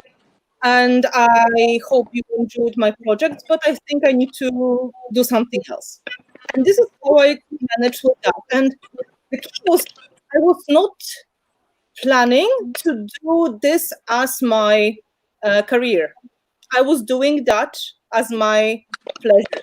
I still had my job on the side, and I was doing that on the side when I was a teacher as well. I was not treating my design teams as my job. I was treating them as a responsibility I take, but it was not the matter of life and death, because you can't expect somebody to give you the things that you can't give yourself, right? So if you're trying to do something, you have to put your work in it. You have to listen to yourself. Catered Angels was a very good brand for me. This is a good example because I was experimenting with texture at that time and dimensional solutions. And it was the only really visible brand that had something which was like sprays. And I was so tempted to use them, and they were hard to buy. So I could see this is something for me. The same happened with Color Art. They had a product that would work nicely with my natural style. So I was trying to go that way. And, you know, I was looking for the matches, and I don't think I was on more than 2 or 3 teams at the same time ever in my life, because I would not be able to follow. I would not be able to do good projects. And I really enjoyed being on the teams that were not the product teams, but inspirational teams or challenge teams. I really loved that time because I could play and I could, you know, explore my possibilities, and I could learn from others, and I could get that connection with people. And at the same time, I had motivation to create. I'm a huge fan of the challenge blogs. I'm a huge fan of the teams which are creating something together without obligation of using the product, because I think this is the best way to really exercise your creativity. And if you're thinking about that, it may be really a good match for you to have, for example, if you really want to take it seriously, a team which is focused on product and a team which is focused on inspiration, and work with these two, because you can totally explore your possibilities and you will have motivation and you're still going to do a good job. I think the biggest problem in this industry is people are burning out because they're asking for it. And I'm very sad to say, but I had burnout in my job before, and I know the symptoms, and I did it. And it was not crafting job. I had other jobs before, surprisingly. And I did burn. I think I was 24 when I burned out for the first time in my life. So I know the feeling. I'm not going to do it anymore in my life because it's terrible.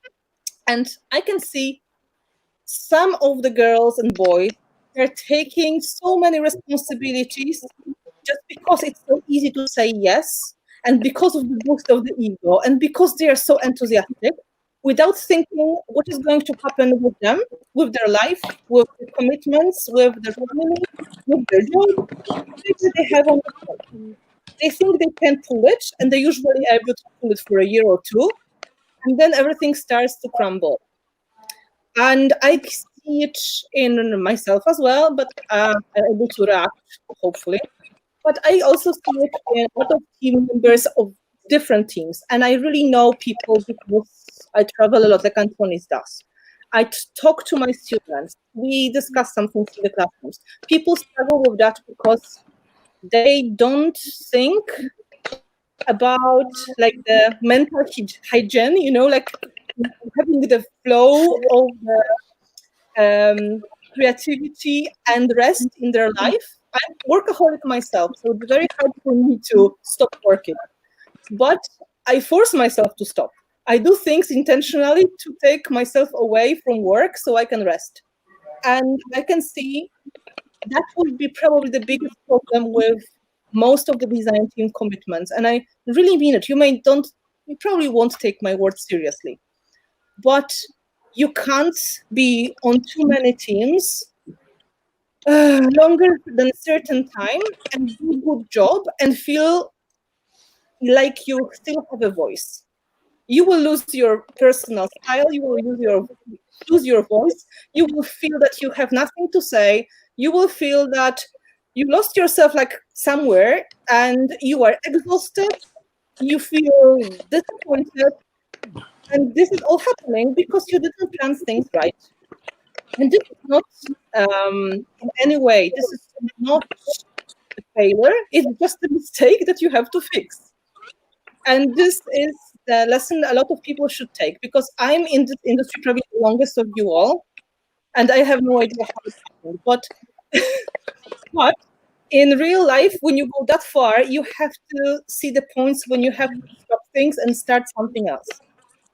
And I know this is not optimistic. I know most of you would like to see this is beautiful and glamorous life. So many of you will say, oh, I would love to be a teacher and travel all around the world and do the classes. But I always say to them, I don't wish you this career because you will be very sorry. And I'm only able to do it, and now I'm not, but I was only able to do it because my whole life, and I mean my social life, my family life, my job is organized around the schedule of my classes. So my husband had to really decide to step down, and he's doing things to make the house work. So he's almost like a house husband. I have no children, and I have to organize everything I do around the travels. And I don't know how many people will be able to do the same thing in the same schedule.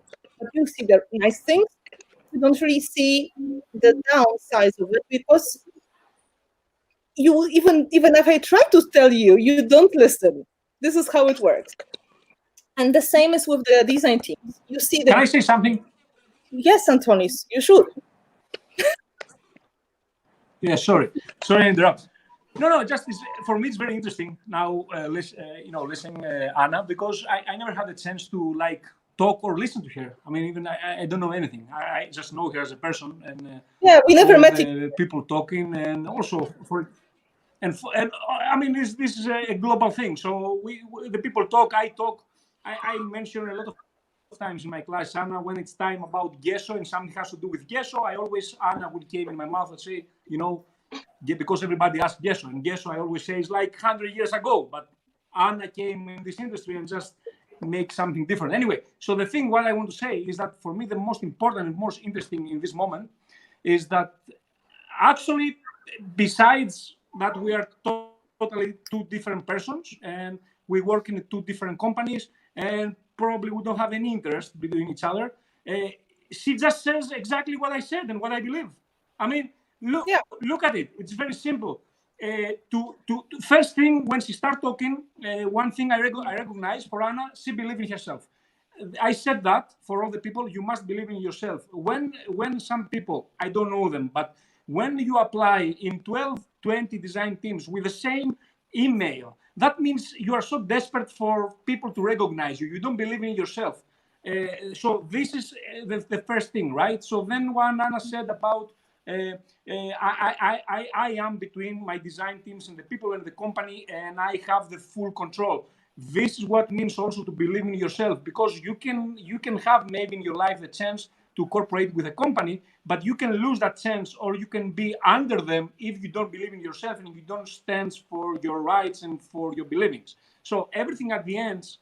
Also, what you said, like I never expected to be. I mean, what I'm doing now, I never had this in my mind. The same happened with me, and the thing is that you must have something special. I mean, because before Olga asked me, what is that you can do? You must have something special. You must be in the right place, in the right position. You must have something special as personality, and then the road is going to be easy for you. I'm very happy. Sorry to interrupt. I just want to say that seeing another person that does what she does before me, but what we are in the same road, let's say parallel road. I'm very happy because I never had a chance to talk with all the popular people. Only Seth Apter from US, sometimes we talk a lot. He's a lovely person. This is crazy. Yeah, pretty much the same thing. You must have something. And also very important for all of you, if you're watching now, it's not so many, but I wish I could talk now to the 10,000 people that we have taught, is that it's not that much fun as you think. Don't think as the king on the throne and we have always fun and we are so fucking lucky. We are not so lucky. We are lucky because we're doing what we love. We're lucky because maybe we can make money, but it's fucking hard. Sorry for my language. I don't think there's any kid watching now, so it's hard. It's not easy. Traveling all the time around the world is not easy. Don't think it's just fun. It's fun also, but a lot of commitment. And the worst commitment for me, I think Anna, she will confirm that. First thing, the materials to be there. If something happened with the shipping, with parcels, is not there, is a disaster. And second thing, to not miss any flight, to not lose any connection. If you're not there, is a disaster. Nobody will understand that something happened. So this is a big stress. Think about it.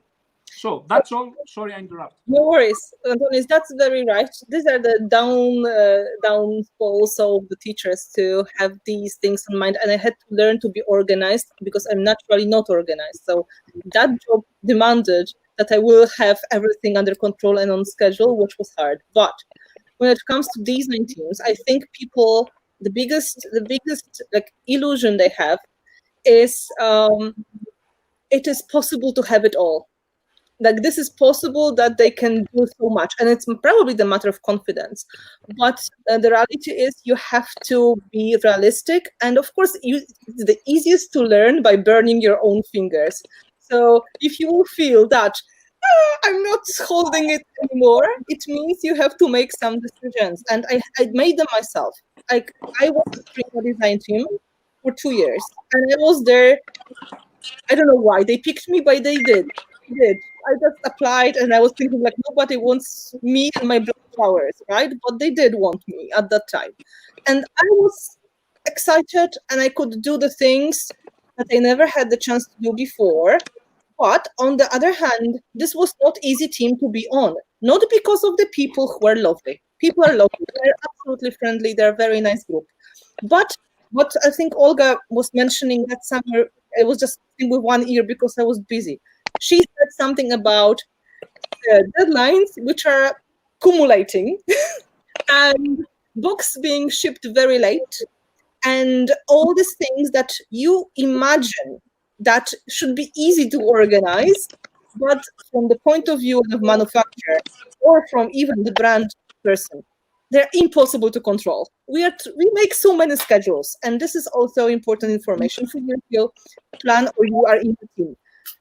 And because we have the best information coming, the shipment is coming on the 15th of August, the shipping will start 5 days later, everything will be perfect, we make the boxes, and then the shipment is held in the customs, then the boxes are missing, then something else happens, and this precious, beautiful plan goes into rubbish.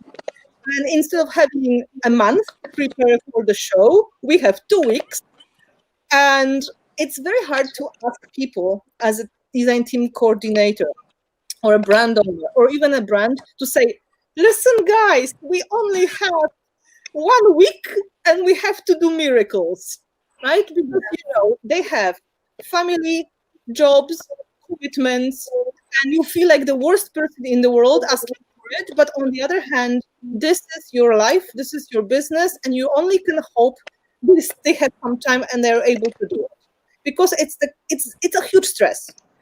And sometimes I think both sides may forget that on the other side of the screen, on the other side of the team is the human person.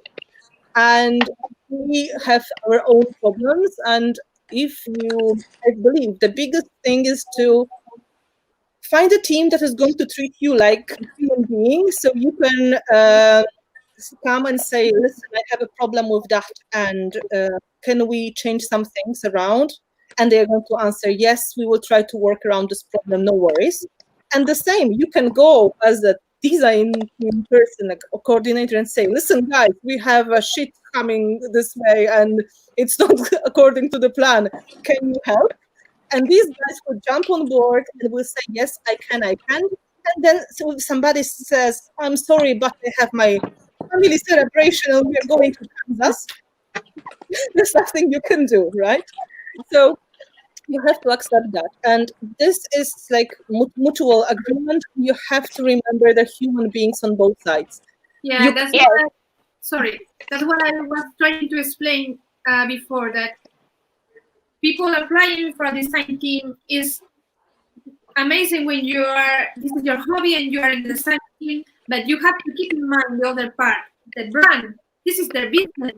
You are a tool. You are the way to promote the products. You are there to sell the products. So they will see things in a different way. And you have to keep that in mind, that for them, it's not just a hobby. It's not something to just have fun.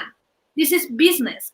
And this is important to keep in mind, that you agree for some things, you agree to do some projects per month, and you have to have them ready, because it's the way they have to sell the products.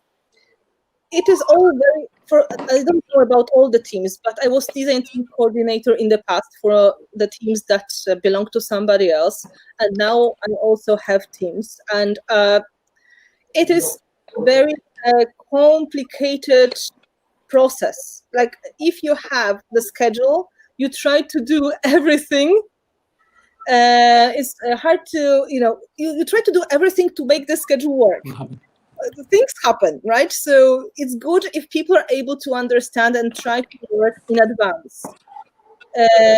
So if, for example, your design team coordinator will ask you, please end your project 5 days in advance before your deadline, before your, maybe not the deadline, because this is the deadline, before the publication date, it will be, there are reasons behind that, like experience. For example, somebody gets sick, or maybe design team coordinator gets sick or gets to hospital, and somebody get on that spot. And if she's able or he's able to in advance, this is going to be covered already. But if you do it last minute, we have to do huge scramble behind, and we have to find somebody who's going to do the job. So imagine if I'm in Alaska and I get a message, my design team coordinator is getting to hospital because she is having asthma problems, for example, or her child is having an injury, and nothing is done for tomorrow. And tomorrow is the release day,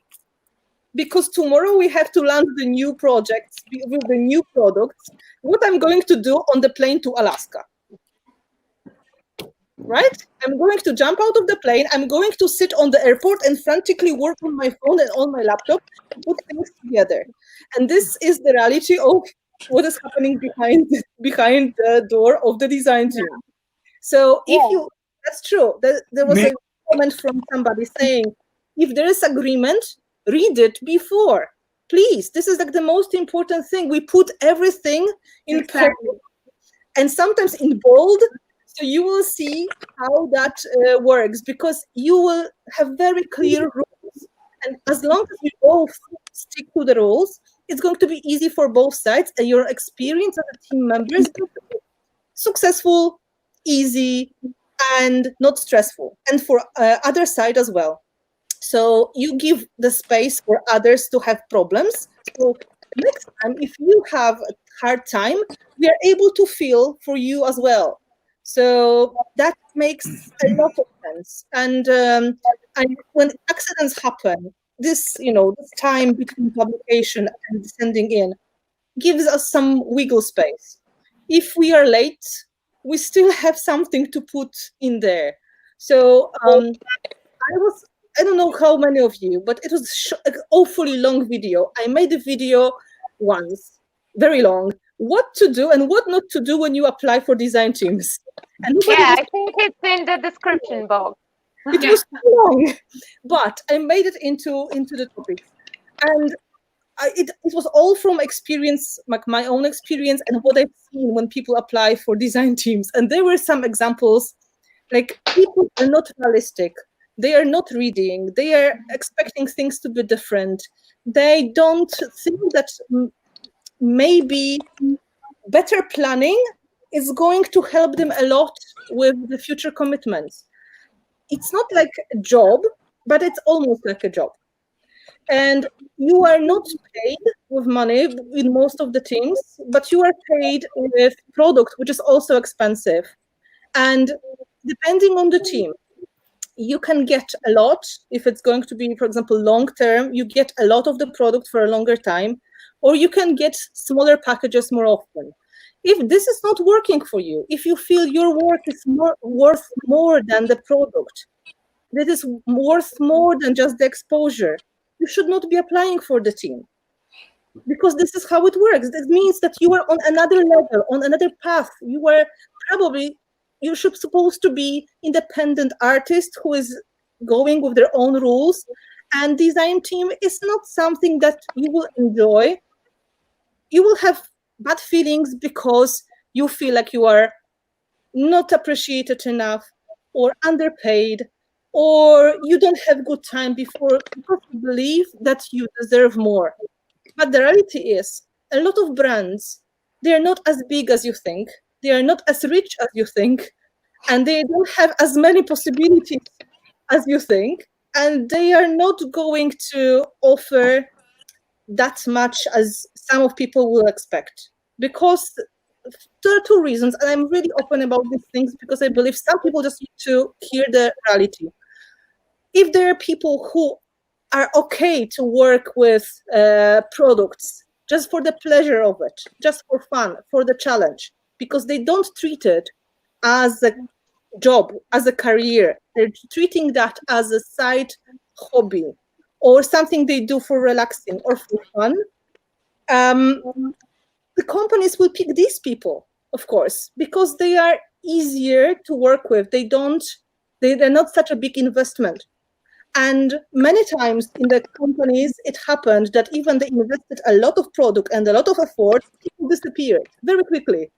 They get a box and they stop contacting the company. That happens, and this is a lot of money. Just the shipping cost of the big box is a lot. There are hundreds of euro on the shipping, not including the product. I talk from experience of the big boxes. And when you have somebody who is professional artist or trying to be professional artist, they're expected to be paid because this is their job. But this is different profile. If you want that person to be part of your team, you know that from the very beginning that there's going to be different contract. Usual design teams, they are based on the idea people do it for pleasure, not for job. This whole community is based on the idea people are coming to the classes or they play with the products because it's a hobby. They do it for fun. They do it because they like it, not because they plan to earn a lot of money on it. And if you compare the numbers of the people who are professional crafters and hobbyists, you will see why this perception is still in the industry. And I know the ideal world where we all had enough to give everybody the payment for the jobs. But I worked in the design teams and I didn't get any money for that as well. And I was not expecting that money. I was expecting that I will be given opportunities to play with what I like to play with. And I know if you reach that point when you feel this is not enough, that means you are ready to go on another path of your creativity. That is my point of view. You may not agree with me, but this is what happens to many of us. And I can see a lot of examples here as well, that people from design teams, they naturally migrate to their own brands on some point if they decide they want to do it. They try to make their own products. They try to make their classes. They try to make YouTube channels. they find a way how this is going to take them to another level that is eventually bringing the money on the table. It's not the job for everybody. It's not going to be the job for everybody. And there are some factors involved. One of them is time. You have to have time. You have to have the good luck. You have to have the persistence. Like, you have to really try, and you really need to love it. And you need to have some talent as well. But that's, I think, the most important when you do it anyway. So yeah, and remember about not taking like 10 design teams, because then we again get the crash. Like Anna said, when you have the production, fail, and then imagine you are on those 10 teams, you have to achieve certain deadlines because all the releases will be at the same time, and you cannot expect that they will be in different times, and everyone got delay, and then you have like 3 days to create samples for 10 teams. It's just impossible. Yeah, and this is the reality, and you can feel this is not fair. You can feel this is not how it's supposed to be, but we live in the situation. We are in the situation when this is still based on the concept people do it for fun and for pleasure. I would like to point something in that. Some people complain about that being in a design team is stressful and you have many things to do and blah blah blah blah blah. But guys, when you apply for the design team, all of that is there in the list, what they are going to ask you for, and once you pick them, when they pick you, you sign. This is what you're going to do. This is what you're going to receive. So then you cannot complain. If you feel it's too much for you, you can always talk to them. You can always try to reach a middle point, or you can always leave. But you cannot say it was not fair because they are asking you too much, because that was there when you applied. You already knew. That's the very good point Noneka saying, because at least the design teams I knew about, sorry for the cut, the design teams I was applying for, it was always said what you are supposed to do. And this is the way I also make my own design proposals. So you can read in advance if you're able to do it or not. And I'm sure most of the companies does the same thing. But if you reach the point that you feel this is not fair, you are an adult person. You have your mouth, you can speak up, you can say, guys, this is not what you're looking for, and you can say no. They're not going to kill you because you are too far anyway. They're not going to publicly shame you because that is going to put shame on them as well, because they're apparently not keeping the terms of the agreement. They're usually very nice people, or almost all of them.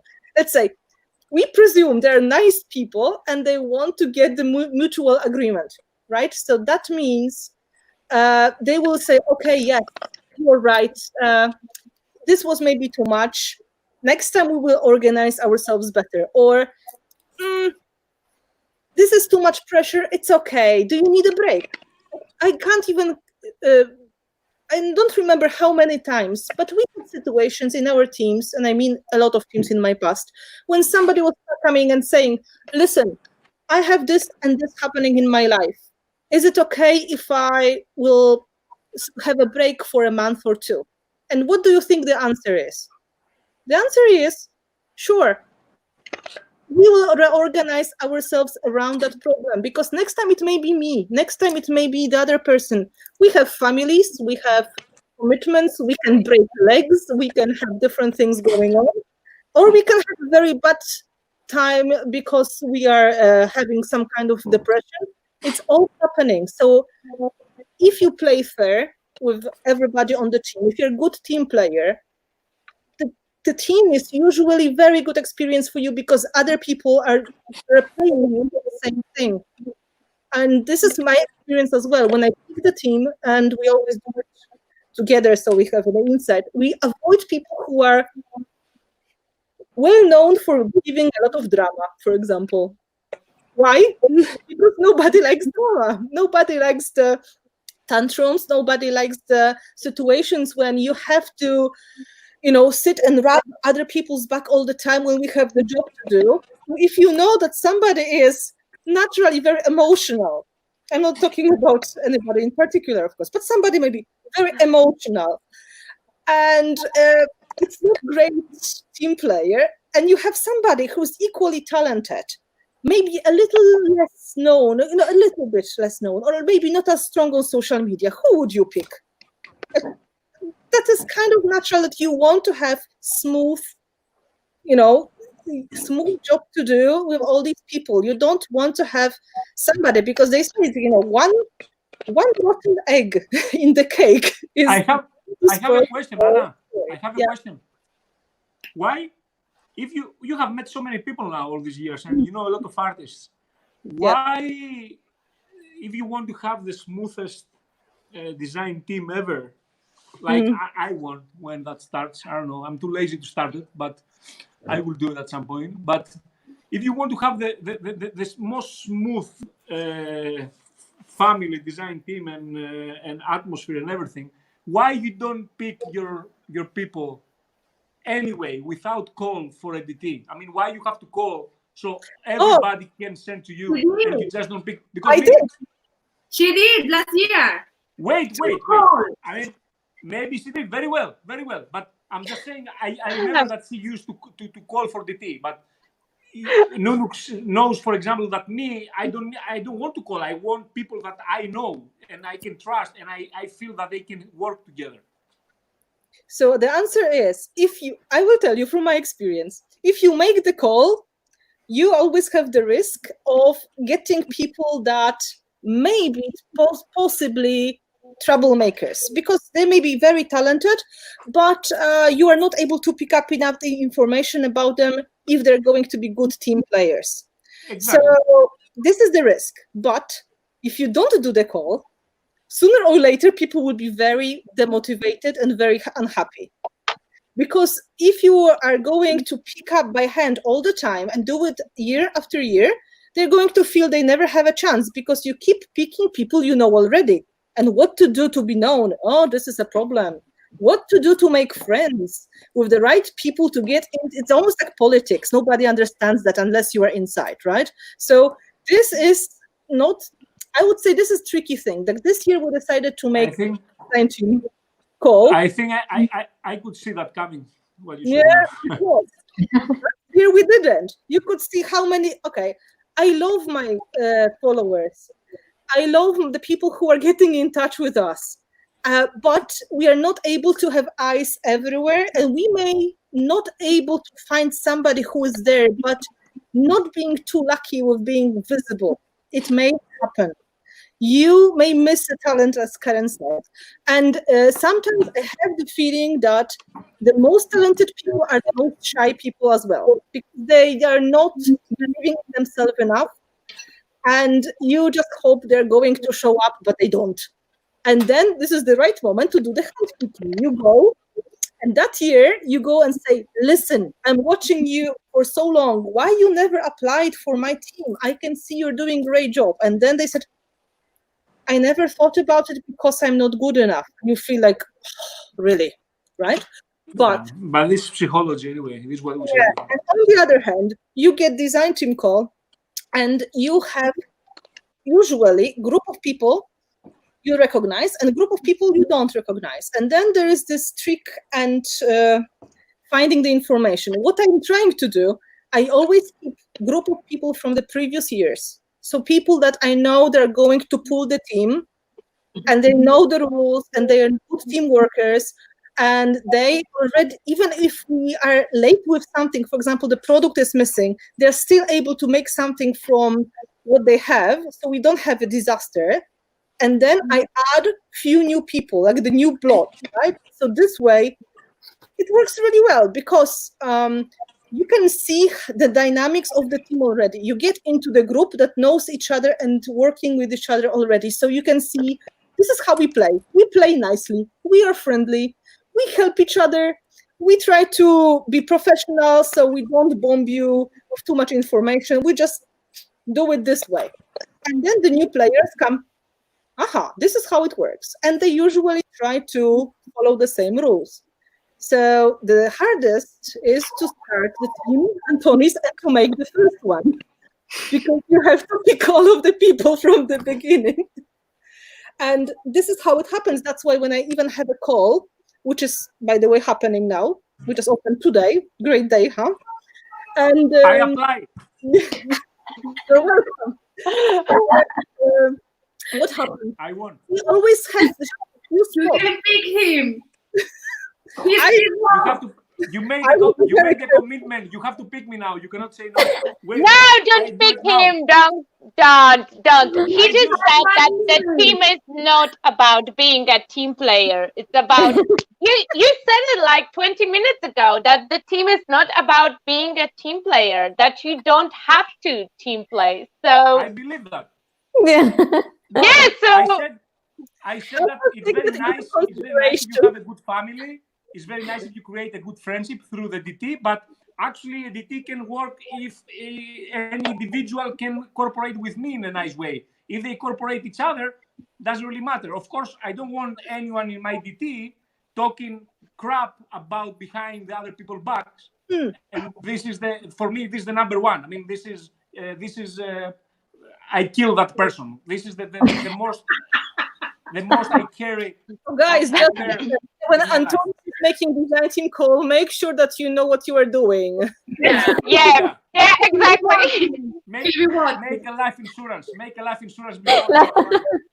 Yeah, so Antonis, the thing that you are talking about is more like brand ambassador or something like that than design team member. Look, Olga, I don't know about design team, brand ambassador. I don't know about names. I just flow with the wind. I don't really care about the titles and everything. So, for example, Nunu, that's why that's why I am with Nunu. I mean, I love her. She is the person she is, and she does everything. She's multi-talented. And I trust her. I trust her about the personality she is. Then everything else comes, okay, the rest. So that's why I prefer to choose people it's not about art. It's about because I met them and I spent time with them. So I know that at least they don't talk crap. They can say anything they want. Always. You have to just want to point one thing, because guys, you are asking on the chat different questions about the industry and how to, do certain stuff. So I think that would be the topic for another chat today. We would like to keep it like around design team thing, and we would be happy to, chit chat with different people from industry about other topics. But also, today, more or less design team talk. And by the way, Antonis, every time when you bring the Nunu, she have like this face. Just in case, because we know it's on there quite a bit well. She's afraid because she knows that I'm very, very spontaneous. So she doesn't know what I'm gonna say. I can say anything. I mean, you never know what I'm gonna throw out of my mouth. I tell you something. When he wants to call me, and he sometimes texts me and says, "Are you naked?" So, I'm not going to say I want to call you. I have to be ready. Questions, but if you have any more questions about the teams, let me know. Yes, there's a very interesting question that people have been asking, and they want all your opinion. That can you explain what it means to be a team player? What is your definition of being a team player? Which I think is a very interesting question. Yeah. Very easy definition. Like, team player is somebody who is able to understand the rules and remember they apply to everybody in the team. So if we have the set of rules like deadlines, that we should sign up for something, or maybe we should vote for something, that we are trying to treat everybody equally, and we expect everybody is going to equally do the same. So team player is somebody who follows the rules. This is one thing, and they are not complicated. And the second, if you are on the team and you are given confident information, for example, when is the release date, or what are the new products. That means no matter how much you want to share it, you have to keep your mouth shut, because it's putting the brand in the problematic situation. So, there are some agreements also between companies when they are going to release products, for example. And you don't want to be the one who spills the milk too early, for example, because it's going to be trouble. So if you are naturally gossiping personality, you have to keep your mouth shut and maybe just put a plaster on your face and you pretend you don't know. And this is part of the team playing. And also, it's supporting each other. If you are a team and you are a really good team player, you are going to help other teammates at the same time. You are going to like their posts, especially if they're, in that team, right? If you're going to go and comment, you're going to help with some, let's say we've got YouTube Hop and you can see somebody is struggling with the timing. You can offer that you're going to jump and take that spot earlier because you are ready. Just, naturally helping each other. It's not nothing. I think it's nothing that would be that different to be regular, nice colleague at work. I would say being the team player is like being good colleague at work. We have one goal and we go towards that goal and we support each other on that goal. And if you see that it is not working for some reasons, then it means you have to talk to your team and see where the problem is, because maybe one person doesn't understand something. They just think there is something else to do. Because if there are people on the team who are following the rules and they are good team players, and they see the other ones who are not doing the same thing, it's just making the atmosphere in the team worse. And you have to make sure that everybody will feel appreciated and everybody will feel that they are all, doing the job in the right way. So that is, in my definition, team player. Somebody who is able to, sometimes bend yourself a little bit to help the others and really following the guidelines like we have. That would be my thing, my definition of the team player. You don't have to sacrifice your whole life, because this is not the thing. This is like being together and trying to think as a group, what we can do as a group and what we can do individually. I agree with Anna, and I also. Sorry, I just want to say. I want to add something. Okay, go ahead. Yeah, go ahead. Yeah, I just want to add something to what Anna says, that it is also all about respect, because you can be in the same team with the people who are on like different levels of creativity than you. They may have a completely different style and also skills, and the companies are picking those people because they like have a plan for them, for example. So it is very important just to respect everyone in the team, and just just like Anna said, to try to support your teammates, also skills, and Someone has the Karen. yeah, mute your whatever. Mute your YouTube or something. Sorry, me, I got it fixed. Okay, so what was Emilia saying as well? It's just normal dynamics of the people working together. It's not black magic. It is not hard to understand. There are no secrets, really. As far as I know from my experiences, everything is quite transparent, and I would say the healthy, good working design team is really easy to understand. You get information right away, and if people are trying to make the best job, there will be deadlines clearly marked. There will be schedules ahead. There will be hashtags to use. There will be information where you need to sign up where, and you will have your chance to organize yourself, and other people will have the chance to organize yourself. If it's not so organized. You have to be a little bit more flexible. But I believe most of the times people who are running design teams, they're trying to make it easy for themselves and for everybody else. So they will try to make that really easy to follow and transparent. And I know there was also one question I would like to address here. People are taking the design teams too seriously. On the other hand, they take it as a validation of their worth as a person, instead of thinking this is kind of a job. So if you have in the team, this is what Emilia said, some people who already feel the position that you have in your head. For example, you have 10 spots in the design team, and you already have person for making cards, person for making, let's say, 3D projects, person for making something else, and you have new design team call, you're going to look for people who are going to give you other things, or maybe from different country or from something else.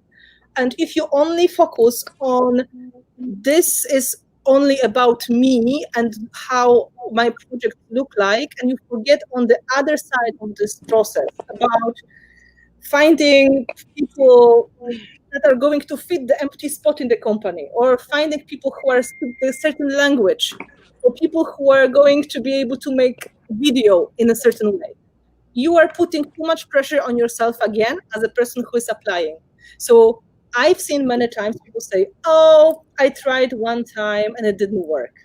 Or I tried 2 times and I'm now fed up, I will never do it again. It's hard. It's hard to be rejected. And in fact, you should not try to think about this as a rejection. It's just you didn't fit in that spot at that time.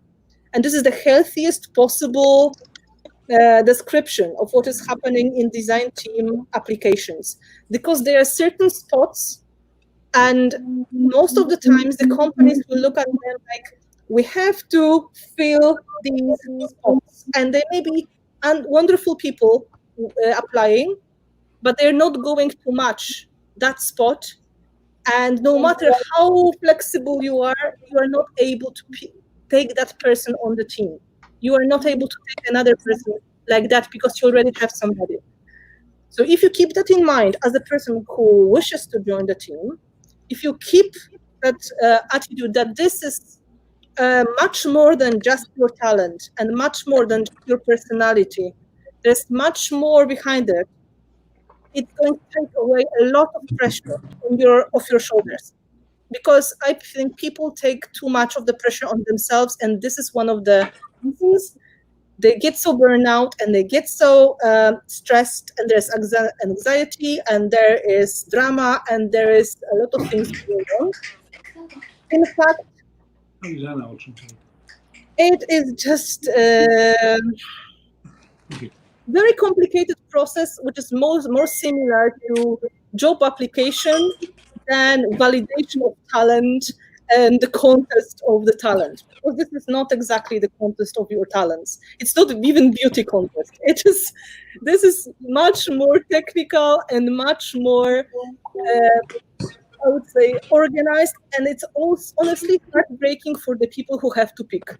Because it's like every time when you have to hit the button that goes to the other folder, you feel like you are kicking a little puppy with cute eyes, and you feel like the worst person in the world.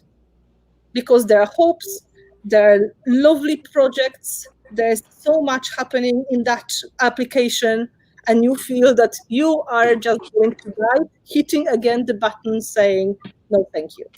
Can I speak about the rejection part from the other side? Because I think that's important to see both sides of the thing. I mean, some people maybe are always lucky to just basically get into the first time they apply to the design team. That might be like ideal, like maybe Anna, I don't know if you ever experienced that, or if Anthony's in that sense, like he wasn't on a design team, but things went for him. But most of the time, 75% of the time, or even 90% of the time, that's not the case. You're applying for design teams and it really, really sucks, okay? You're on the other side and you totally feel rejected. And it's true. And you feel rejected and there's nothing you can do about it.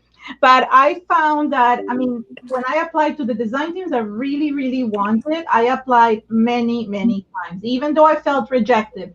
But what that rejection did for me is that it actually pushed me even further to see what I could tweak. What could I do? How could I do it? And the same thing now I'm doing with non-design teams with the YouTube channel. So I've moved, like you said before, I moved from excuse me, doing this as a hobby to actually making, like, you know, making this because it's something I love. And I never thought that when I started, I was going to be in that situation. I never thought that when I started being just on design teams, or when I literally one day I decided I'm going to start a blog, I never thought that that's what it's going to be. But you have to put in your work. Like, I was on so many design teams, and design teams that gave me, let's say, absolutely nothing except for maybe a little bit of credit.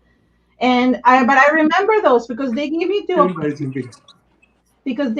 opportunity to grow and to actually help, to actually be where I am today. I said this before, and sorry, I wanted to say hello to everybody that said hello to me before. I didn't want to interrupt, but I really feel that if you want this as a career, and most people only figure this out after, except for Anthony's and maybe a few other people,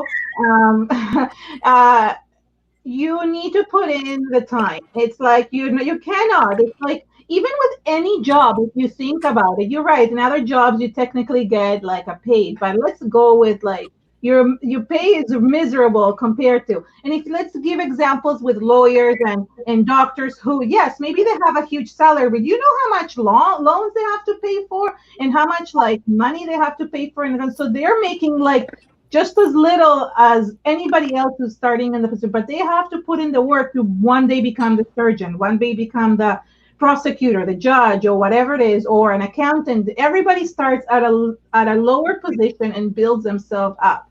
And that's what I feel about design teams. Like they're hard work, and sometimes you don't want to do it, and you feel unappreciated. And that's something that I really wanted to touch upon as well.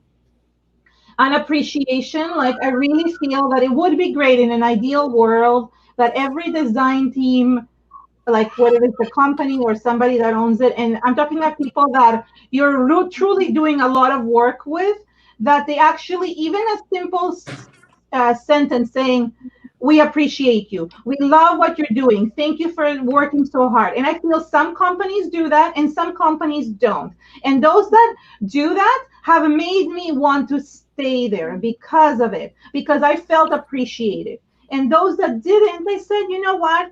You don't respect me. Then I can't respect you the same way." Even if, like, somebody said, "Aga, I saw she read," she says, "We appreciate you." But it's not only about just having that on the cloud and appreciation. You actually have to go out and say that to people, because people don't know.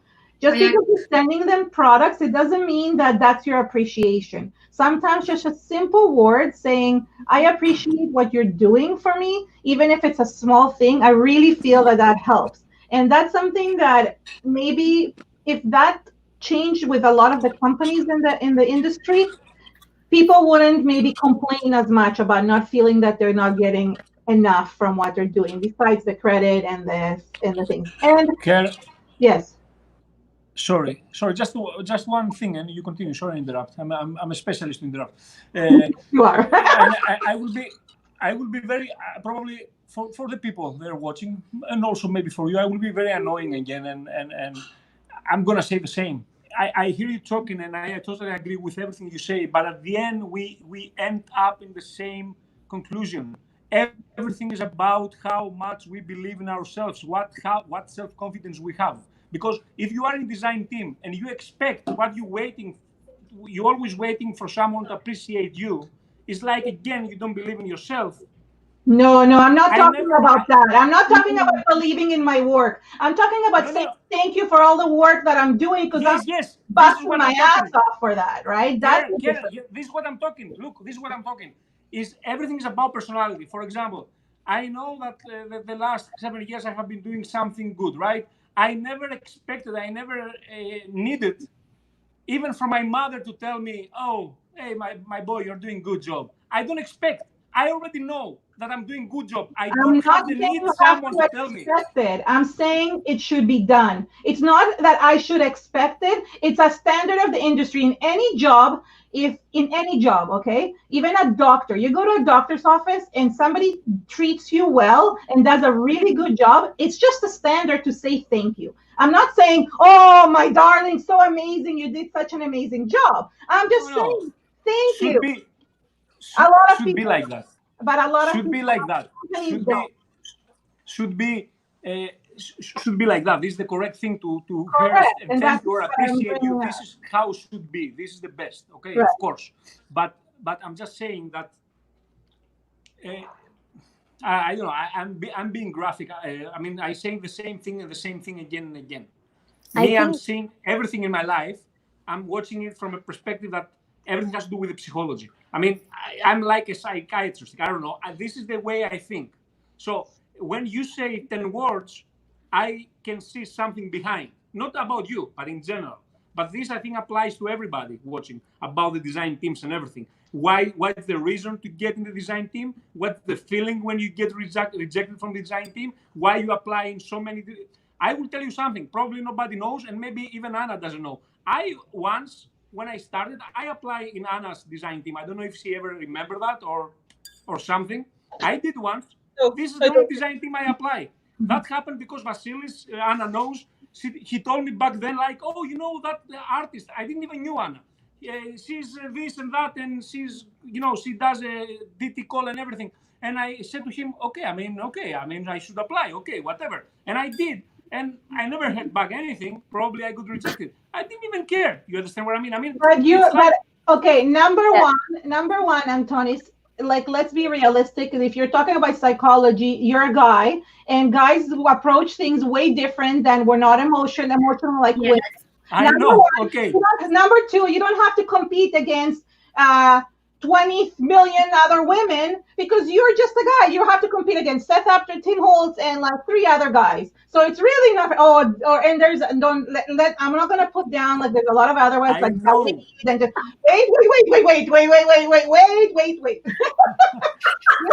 I'm gonna interrupt you back. I told you we need you here. Right. Well, I am like a strong personality too, but I expect, for me, it's really important that I want to be treated the way I treat others. And you're right. Like what Anna said, she doesn't want drama, and that's the point. I am the type of person who runs away from drama. Since I was little, I literally would walk away the other way as soon as I saw a fight, and I'm teaching that to my kids too. But the point is that I think it's easy for you to say that because you've not been in that situation. And I mean, I don't want to like put you on that spot. I don't let myself to be in that situation. Okay, I would like to. I have a point to make here. Right there. Exactly. I have a very valid point to make here. When Karen is talking about just feeling appreciated, it's not, like she said, it's not about, oh my God, you're doing an incredible job. Now I'm going to break it down further.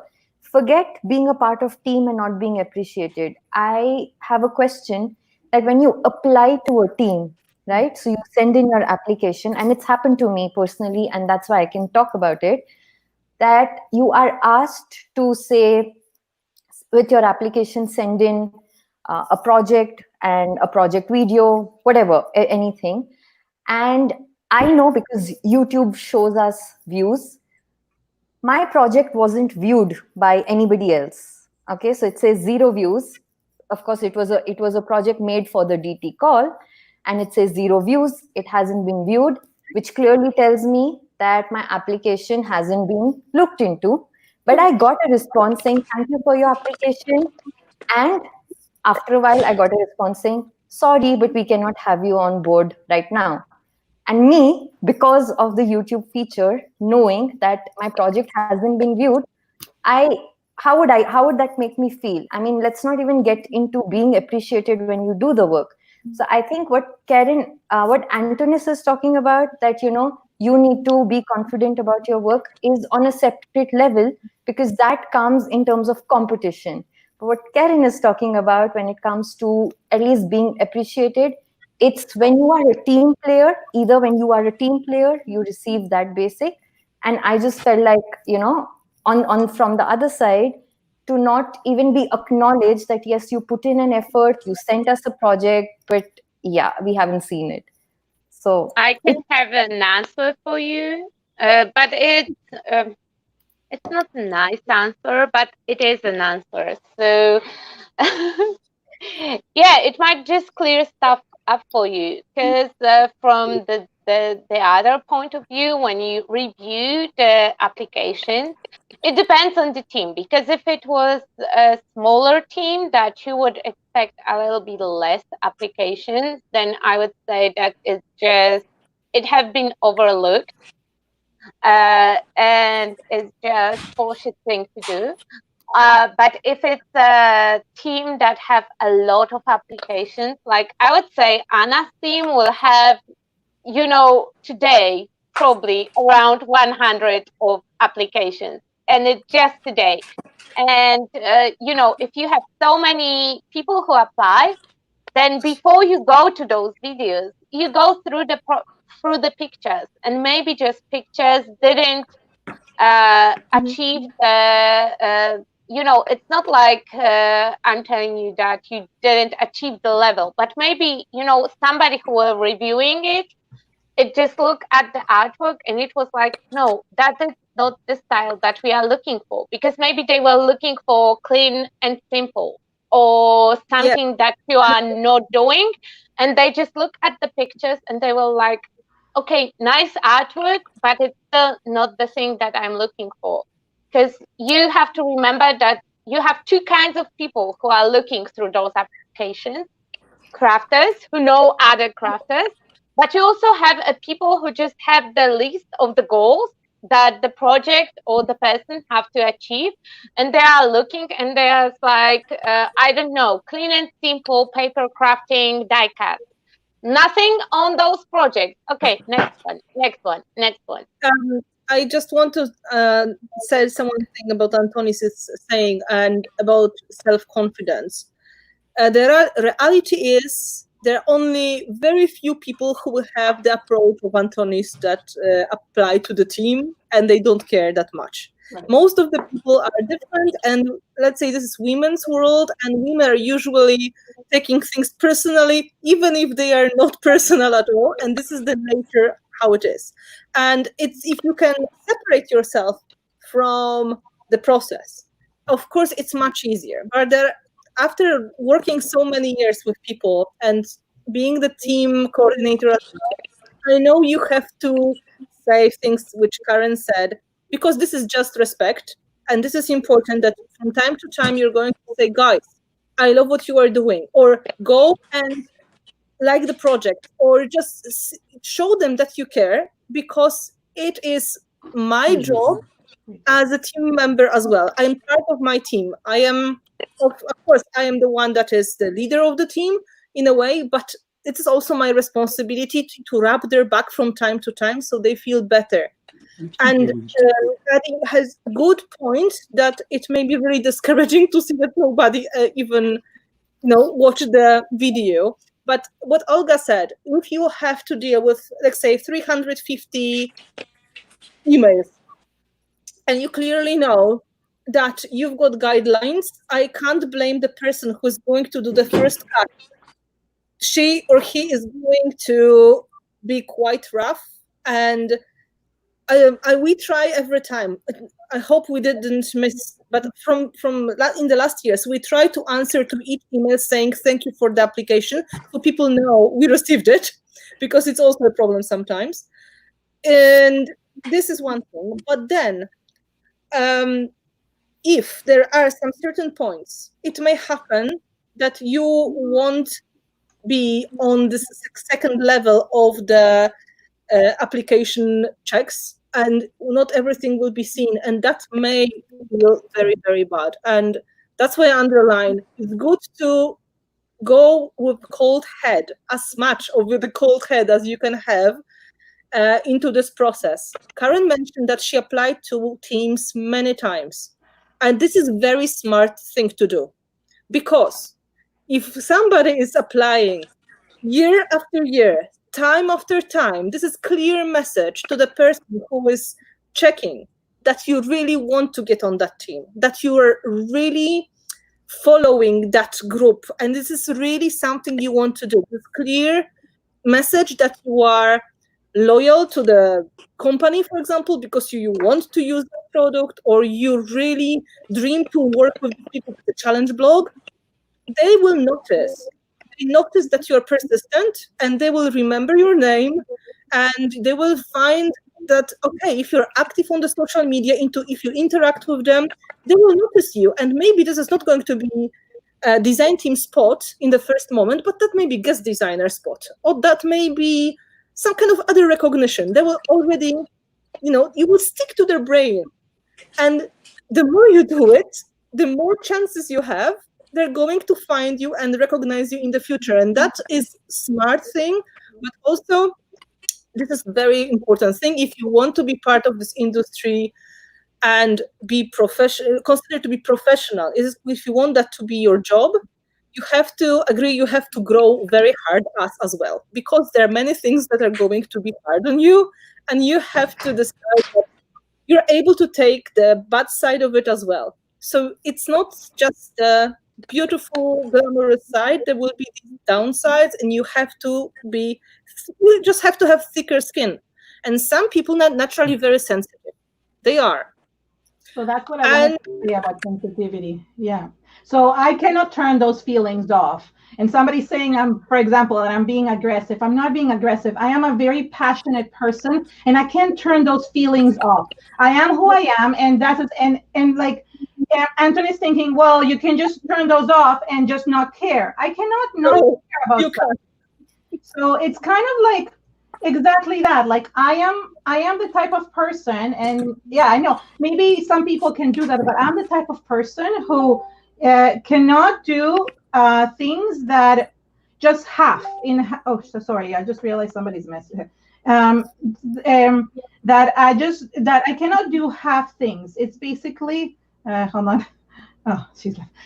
It's basically I give my 100% in everything. So if I get rejected, if I feel rejection, whether it is not only in this industry, but in anywhere, this is how I am. I can't turn that switch off and say, well, now I'm not going to feel like that. However, that kind of rejection, as I said, drove me and pushed me further and further to get to where I want to be today.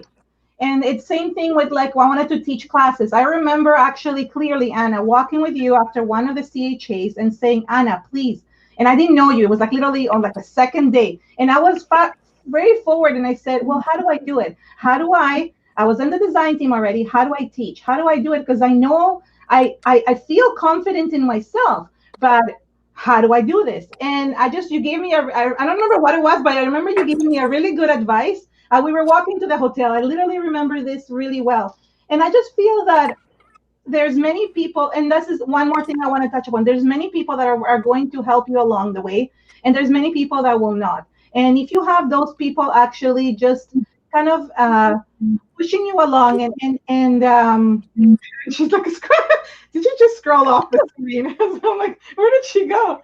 If you have those people scrolling, like pushing you and helping you along, then you're really going to find that those are the people eventually you're going to want to associate with. Those are the people of the companies that you're going to work with. And it works in any industry. You either work with those that really bring you up and you bring up together, and those that don't, you're not going to give them a second chance. You're not going to look, you're going to kind of look the other way. So that's my feeling, and I just feel that it's really hard for me, Adonis, sorry, I know I'm saying your name wrong, to really turn myself off. Like I can't. I am 100%. And this is why I will never do anything. I not never do, but I don't like doing like purposely bad things to other people, right?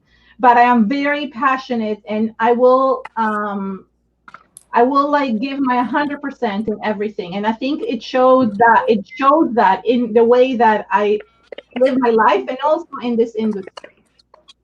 I agree with you, Karen, because it's so true. Things like these and experiences like these actually then end up motivating you to try to work harder.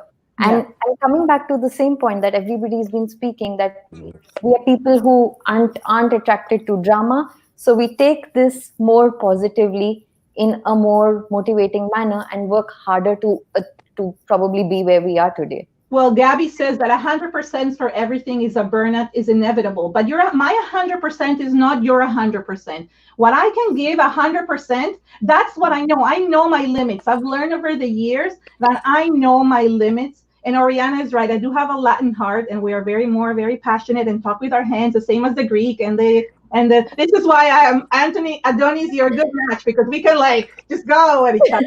But with all love, like I look at you and I say, you know what, we could be great friends. We could really understand each other, even if like there is certain things that we're passionate about. But I really truly believe that each person, you're 100% Antonis, you're 100% Aditi, Anna, Olga, is totally different. Like I know what my 100% is, because I know that I have 70% is my family, 30% is this, and then from that 30% there is another 70% of something else, and so forth. And this is how we divide our lives, and we know how to do it. We learn here.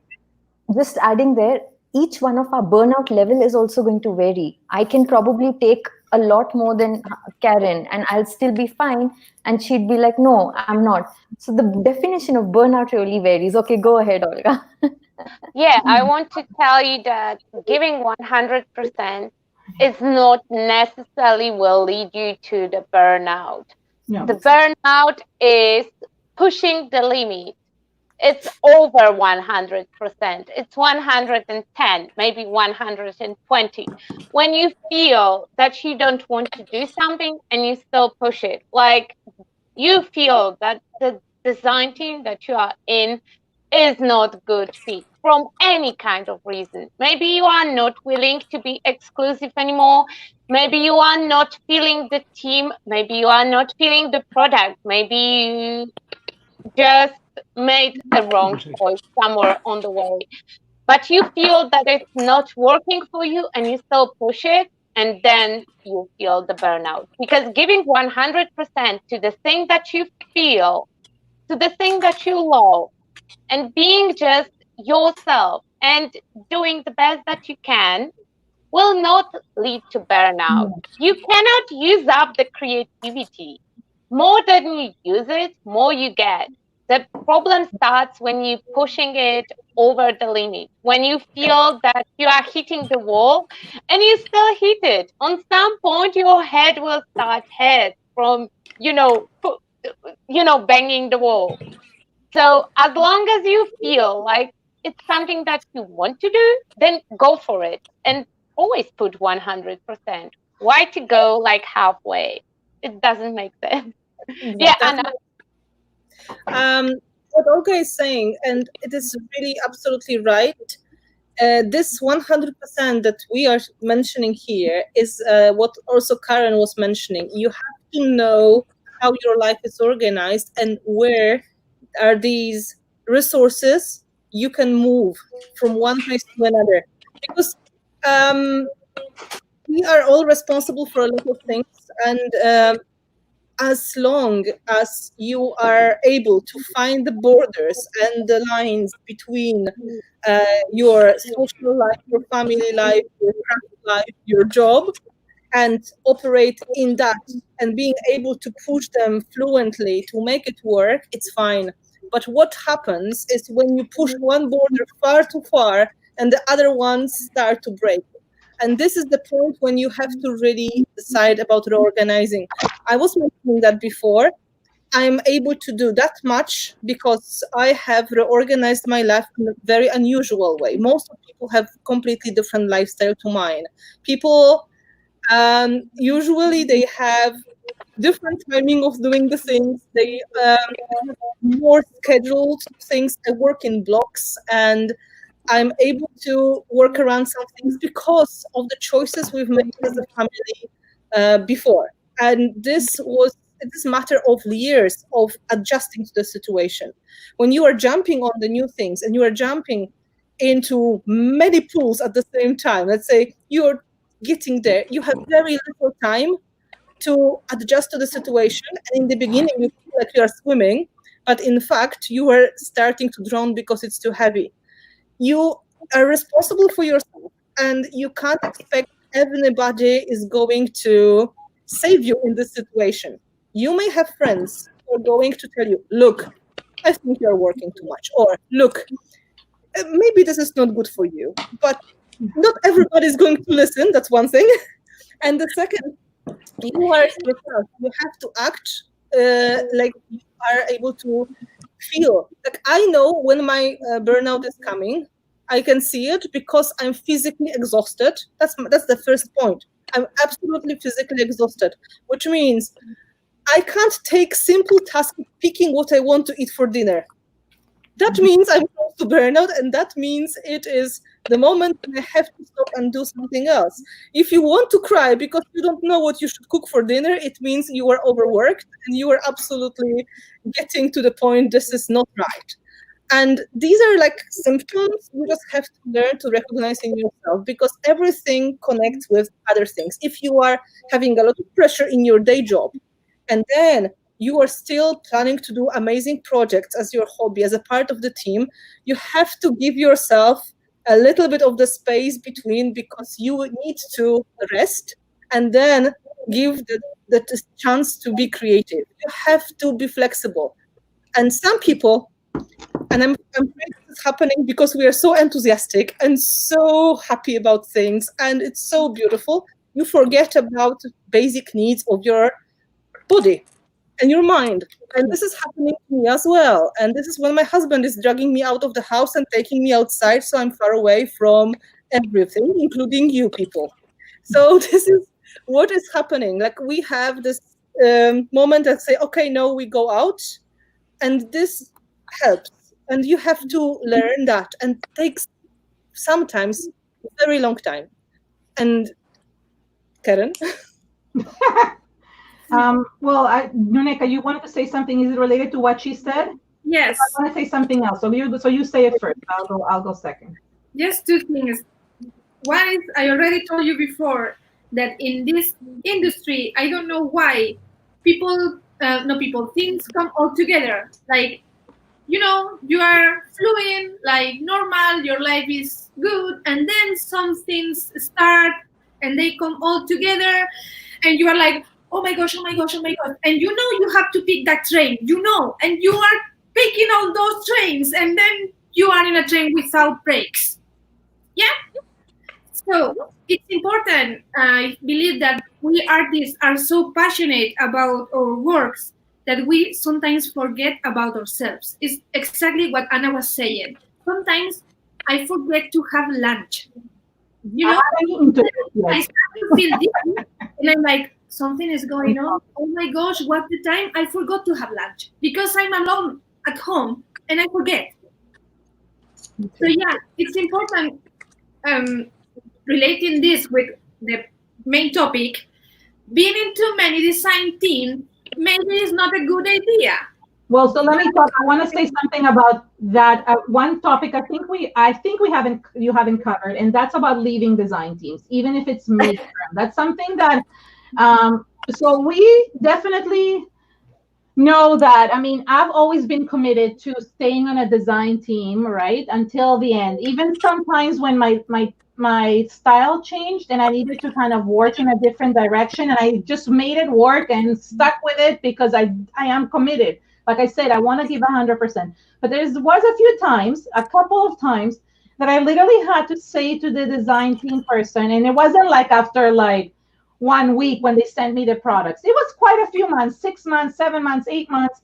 And what happened is that 2 reasons. One of them was because I truly just could not get inspired anymore to create with their products. It was just, I don't know, it was something that I couldn't do. And you know what? I think they appreciate it more that they know that I am willing to say that I can't create anymore because, let's say, my style changed or because of whatever reason, or some people leave because of personal reasons, like I think Anna said that before, and that's understandable.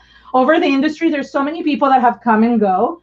And I don't agree with somebody getting a package and then just, getting the free products and then not creating anything. That's not my style.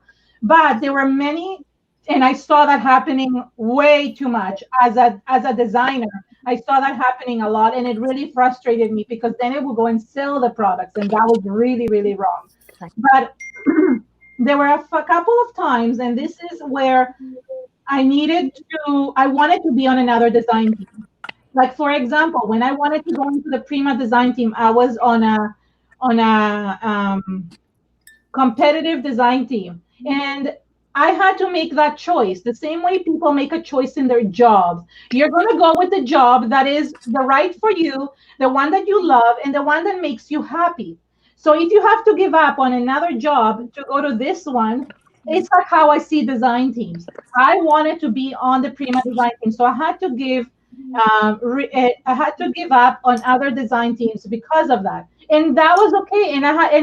And you know what? I appreciated that they treated me right, and that I gave them what I could, and we mutually helped each other. But it was time to move on, and that I want to say that it's okay to do that as long as you're not doing it right as soon as you get the products. That is not fair. But if after a few months, or like almost like, let's say usually the contract is for a year. So if you're reaching 9 months and you know what, you're miserable, or you found your dream DT, Finnebert took you on, you can leave the other ones, okay, there. Like I said. So you know what, just do it politely and say, I'm going to finish this, I'm going to do as much as I can, but right now this is where I want to move. And with any job, nobody can tell you can't do that. Yeah, things are unfair, and you can look at it from all perspectives, but you can't say to somebody, oh, you can't do that. Yes, you can. You're not going. Who is going to stop me, right? I personally feel bad about those things, and I feel guilty doing that. But many people, just have done it and didn't care. I didn't want to say give a shit, but they didn't care, and I was really. Yeah, I was not happy looking at it. So, the thing, I would not feel bad about it. If I want to quit, I will. If I feel so bad about the team that I want to ditch it right here, right now, I can pack the stuff and send them back. No, but it's not if you're not feeling bad. If you're feeling good about it, but you want to be on another design team. It's hurtful for that company. You can pack the parcel and send it back and change your mind. Anna, go. Ladies, has the point. Wait. You don't have to Wait. Sorry. It's very rude. It's very rude if I leave the chat without saying bye-bye and thank you very much. Oh, yeah. So, yeah, that is rude. You have to say bye-bye. Thank you for joining. Thank you very much. Bye-bye. Stay safe. Bye-bye. So what I wanted to say, this is the topic that is coming back over and over. Karen said about leaving design teams. And of course, situations happen. And from other side, when we see things are going on, for example, people are starting to struggle in the team, we kind of are able to expect this is going to happen, that somebody will say, like, listen, many reasons. I have family problems. I'm struggling with myself. I don't feel inspired anymore. I need a break. I think I need to leave. And it is not like it is coming out of nowhere. Most of the times you can see it coming. You can predict, because you can see somebody on the other side, especially if you work with this person more than just a few months. You will see things are going a little bit off, like she or he is struggling. You smell it. I would say you just smell it.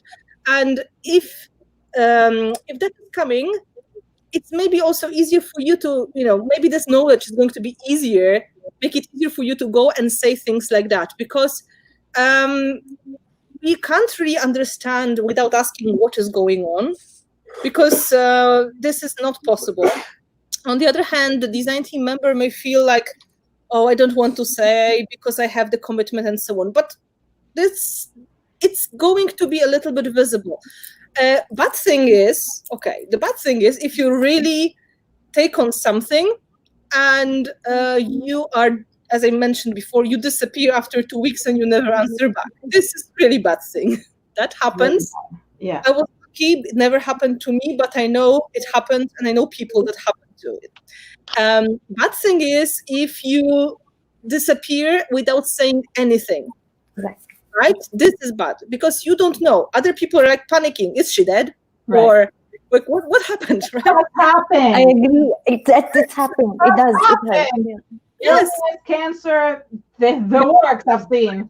You are like, what just happened? You don't know. Losing a baby, like I've seen like a lot of really like sad things happening over the years. And what are you going to tell them? Like, you know, it's like they're in this really horrible situation, a divorce. People have gone through divorce in the middle of the design team, and you just have to accept it. You just have to be, as I said, you have to be human.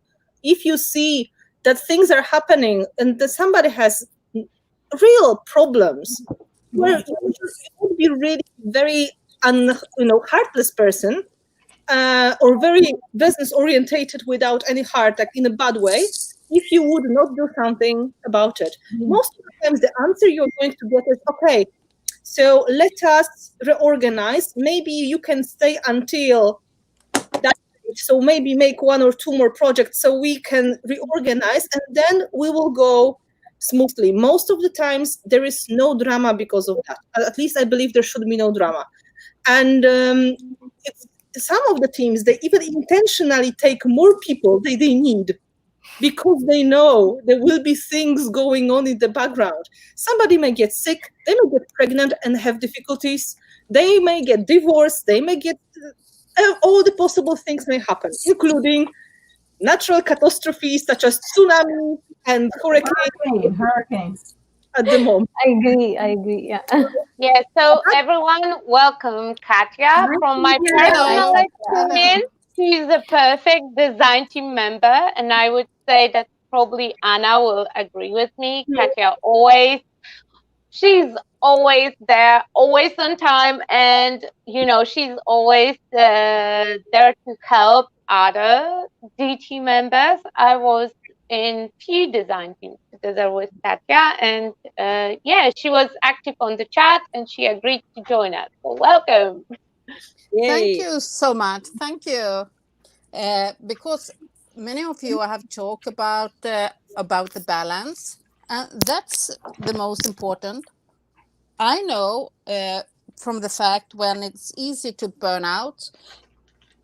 For the most, I have been in 6 design teams and working full hours.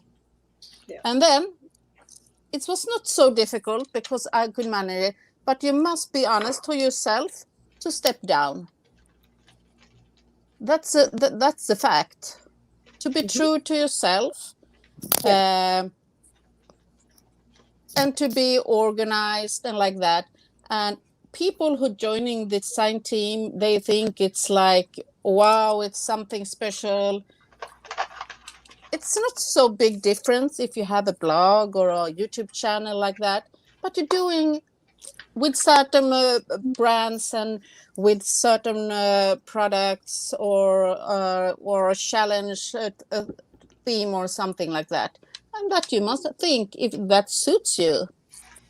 Or people doesn't that suits you. Me, I like challenge. I like products. You can only use this or a color scheme or a theme. That's make my head spinning and giving me ideas.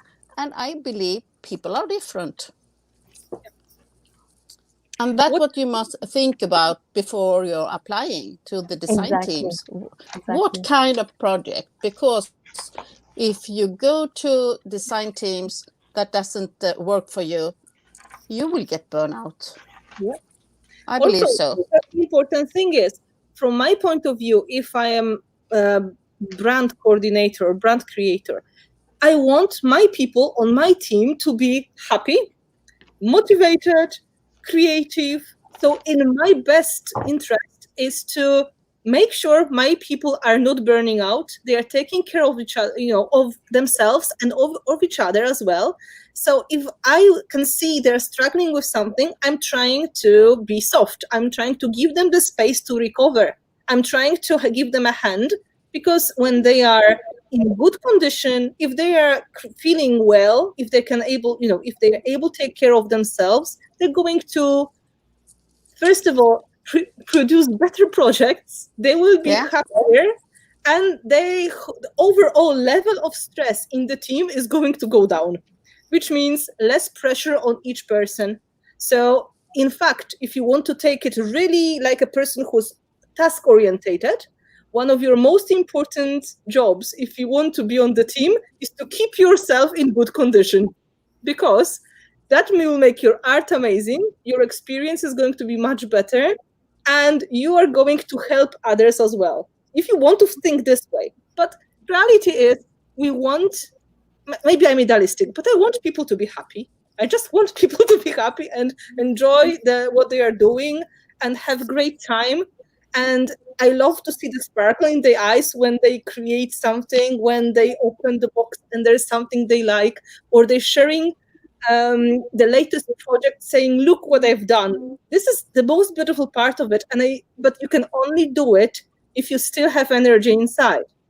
So there again, we come back to this topic over and over. Take responsibility for your own energy levels and how you manage yourself, because you are the only one who can really tell what is going on. You can't rely on me because I'm that far from you to say, Katya, you are working too much, for example, right? Yeah. I can see Katya is struggling, for example, but I don't know what exactly is happening. Sometimes we are closer to each other, so we talk, so we can predict. I know somebody has this or that happening, but you are the one who really feels how far you are from the border, how much is left, how much your batteries are working. Exactly. And it just brings us back to how we started, that it is our personal choice. We have a choice when we're applying for a design team call. We have a choice to know how much I can take. I mean, it all comes down to my responsibility. It's not about the design team, the person running the team, or the brand, or anything who's at fault here, because it's me. I need to know, again, talking about where is my burnout level? How much of it can I take? How much of my time and energy can I devote to this aspect of my life? And when I know I don't have that energy, why would I apply to teams? Also bringing me back to another point, that don't just apply to every team because you want to be a part of a design team. Please know that you need to be willing to work with that product. If you have no flair for it, if say, for example, you don't know how to work with, I'm just going to take the name, that you don't know how to work with the metal elements and embellishments, you can't just go and apply to mid-form design team and expect that you will be on the team and you will be happy when you don't know how to work with them. So it's just as simple as that, the choice comes down to us, end of the day. Yeah, if you just want to be a part of the design team and you just want this, I'm the team member badge. Exactly. Choose any of the challenge blogs or companies. They are awesome, and it will give you such a nice boost of confidence, because first of all, they often change the team, and they are looking for very large spectrum of artists. So it's a huge chance that you are in the pool for the challenge team. Second of all, it will give you the feeling how it is to be a part of the design team. And it is commitment, but it doesn't come with a lot of restraint. Nunu?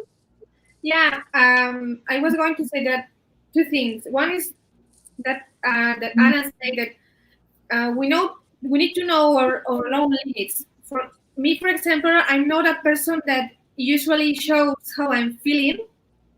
You won't know if I under much pressure because I never express it.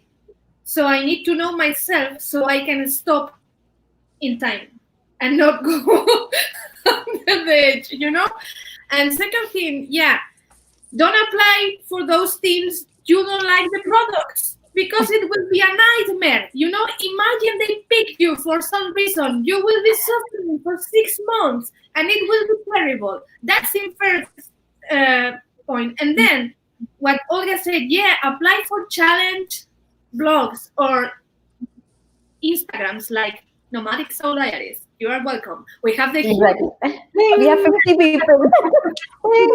Perfectly. we give our design team members nothing but the window. You know, they have only our spot in the Instagram account. They are free to promote anything they are doing, like, you know, classes or whatever. And we have nothing to give them, like products or anything to send, because we are just a challenge blog, Instagram account. But you know what? We have the huge, it's huge. Like, we have how many? 50? We have 50. And when Anna was making the point, I want to say, when Anna was saying, it works itself because they all are here because they want to. And it's super open, and we give you the opportunity to pick your day in the schedule. And if you cannot do your project in time, there is always in the team that will pick your spot and will help you. Wait, Nunu, but 1 second, like, put Oriana's comment up there, because you have to really look at this. Is not everybody gets accepted at all times, and it's really, and you have to address the feeling of rejection in a little bit differently. There's some people that really don't get accepted to anywhere, and it takes them years and years to just maybe their work is not what they're looking. So they do sometimes apply to many design teams with the hopes that one of them will take them, because that's something that it's their dream and their job. So you're right. You should apply to things that you love, but at the same time, like when I started, I applied to a lot of design teams. You shouldn't. I feel like I don't want to discourage people from applying in terms of like different design teams. Even there was some stuff I was like, I don't know. But you know what? It gave me creative opportunities. I started learning how to use certain things that I had never used before. And I really feel that's important. I'm just saying, be careful, because maybe you're putting the same thing that you don't like the products, and it will be a nightmare. But that could go both ways, because you could really really find a product. Like, for example, I remember being on a spray. There's like sprays that I wanted to be on it so badly. It was shimmer sprays. I don't even know if they're still around. It might be, yeah. And I didn't know how the products were going to be, but when I got it, it was amazing. But I didn't know. I was applying because at the time Prima didn't take me, this didn't take me, like, and I was getting rejected from all different directions. And yes, I went and applied because she took me. And you know what? It was a great opportunity for me, not only for the exposure, because that comes later, but for actually getting out of my creative, like it actually pushed me into the mixed media zone a little bit more instead of just being on this thing. So there are things, and there's things that you can incorporate. You could like go into like a scrapbooking company that has like embossing powders and use them in a really cool mixed media way, and that is great. So I don't want to like, I feel like there's both ways. We shouldn't discourage people, but don't, what I mean is like, you could apply to 10 of them, but pick 2. 2 is good. Okay. When I started in my country, in design teams in my country, to see if that was a good way to do. Oh, yeah. Because I couldn't start to go to Finnabair or something like that. I had a good experience first in my home country for small shops, for small challenge blogs. That I started there to see if is this my kind of thing to do or something like that. So yeah, try first. That's a really good way. Yeah, start with small things first, and don't only hunt for the big names. Try to do some experience in the local country and the local shops and like that, and support your own country to start with. I always try to support my Swedish shops, Swedish challenge blogs and like that. I think that for Anna's, where Anna is on the screen, here across. I think her first design team was the Polish shop as well. So weird. I'm pointing the wrong way, but it's like it's Anna. But I'm it's the opposite that you think on the screen, because it's like they're writing it the wrong way. This is something that sometimes you are rejected, or you don't, you are not selected for the design teams so many times, and it reminds me of something that Anna said on one of her blogs. If that happened to you, you could ask for some feedback. You know, like ask the brand, hey, what could I improve? Yeah. How can I do it better next year? Mm-hmm. Yeah, because most of the times when I was mentioning that we look for the certain person, for the certain fit, you may be ticking all the boxes but that one, and this is going to be like, you are on the short list, and we even sometimes may be very tempted to have you on the team, but we simply can't. But if you're going to ask the questions like, okay, let me know what can I improve, most of the times if these people are trying to be helpful, I hope they do, they're going to give you some feedback, like some information. And they will say, for example, we are looking for people with strong presence on YouTube, and you don't have YouTube channel. Maybe try again and use that time to create YouTube channel. Or we need somebody with communicative English. Unfortunately, if you're going for international teams, you have to be able to communicate in English. You don't have to be fluent, but it is so you are able to produce tutorials with English descriptions or create blog posts, right? So maybe you can find out a solution. How can you communicate better in English? It doesn't have to be learning English in 1 year, because it's not always the point. I have some design team members, and I had them, and I know their English is not great, but they found ways how to efficiently translate, and if they can't do it themselves, they have a friend who's going to help them and check what they did. And this is also the solution, because this is not like you have to make online live presence, for example, right? You can just write and make tutorial with subtitles, and it's going to be enough. In fact, it may be for some teams advantage that you are able to communicate in unpopular language, like something that is looked for. You never know. And all these points are very important, and you have to be not afraid. Like, first of all, remember there are people on the other side, and they may be terrible people, but this is just their loss, because they're losing opportunity to meet you, and you are wonderful, right? For example, but just try to communicate with any other human. Antonis was saying about self-confidence. We all lack the confidence. Believe me, I actually I messaged you. I messaged Anna, knowing I was like, why? But I did. I wanted to know what was happening behind. You guys now they have this really bad thing of me, because they think I'm like this really crazy passionate person. But when I don't come across like that in an email, and I did message Anna and I asked her, like, what is it? What could I do? And there was some, like, for me, it was a conflict of interest, because I was a prima educator at the time, and she went ahead and told me what it was, right? It was nothing to do with how I designed or what I designed, but there was like a conflict of interest. And I think every person has to find kind of their path. There is a path for everyone. I truly, truly believe me, there's a path for everyone. There can be that you're not part of that path, because if you love to create, then there is a path for you. I am sure of it. There is always a path. And starting with the small teams, and Suneka and Katya were mentioning, or challenge blogs, is great way to check if you really feel like doing it. Because I'm always repeating, it looks glamorous from outside, but it is not just the design teams. Generally, craft industry looks glamorous from outside. It's all about shiny and daring and beautiful. But in fact, in real life, this is struggle. Like every other job.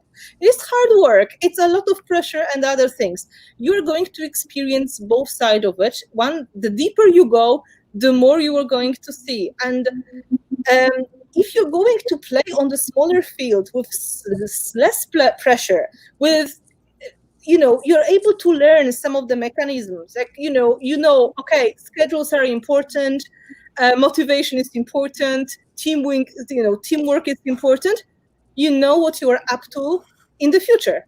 Jumping in the deep water right away is sometimes very successful, but it may be shocking. It may be something that is going to be not what you expected. I met a lot of wonderful people on my way, and I get all the, quite often the same questions about the same thing. People have some vision of how the things work, and they are very far from their reality.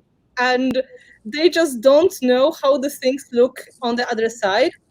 And if they jump right inside of it, they will be surprised how much different it is. And it's, you know, the syndrome of people going to Paris in the end of their lives and discover Paris is not really that great as they expected. You know, the Paris syndrome, especially I heard Japanese people have that. They go to Paris and it's not as glamorous as they were expecting. The same happens in, nothing against Paris, it's a beautiful city. Just saying this is the syndrome. And the same happens. If you go too deep, too quickly, you might just feel this is not what you wanted in your life. And it's hard to say no because you're already in and you feel stuck, you feel the pressure, you feel expectations. And we are the best ones to put expectations on ourselves as well, because other people are like, oh, you know, recognition and everything. Small steps are better. And, you know, Noneka was saying about the teams, Katja was saying as well, small teams.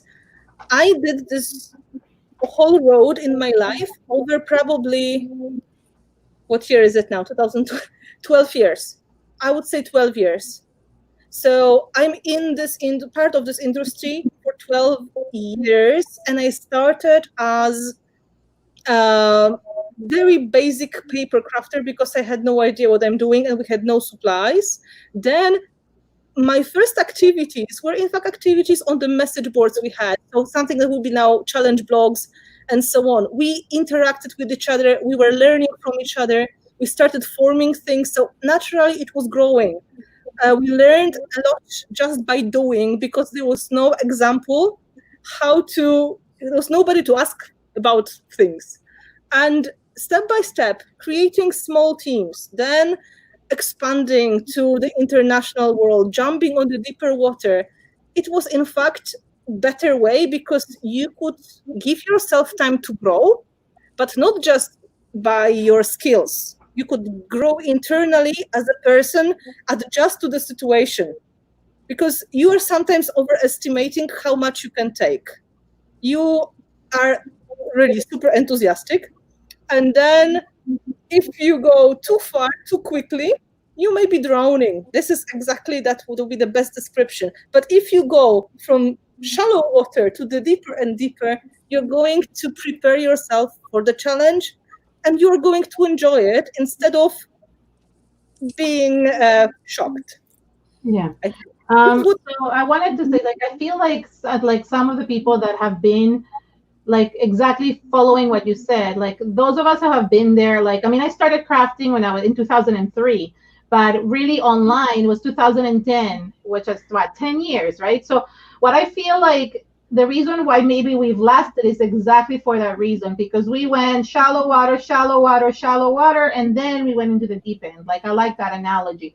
But I wanted to also talk about like what you said about like how like if things are not glamorous, and that's exactly it. Like, sorry, my dog is so like, for example, teaching was something that I wanted to do so badly, and as soon as I did it, like even twice a year, which I do not know how like you and Adonis and like Dina Wakely and all those people do it, like almost every weekend. I did it twice a year and I was already exhausted. I couldn't do any more of it. And even nowadays, I just don't want to do that anymore. That's why I choose YouTube as my outlet, because I feel like I want to teach, but I don't feel like I want to travel. It's not as glamorous as you feel.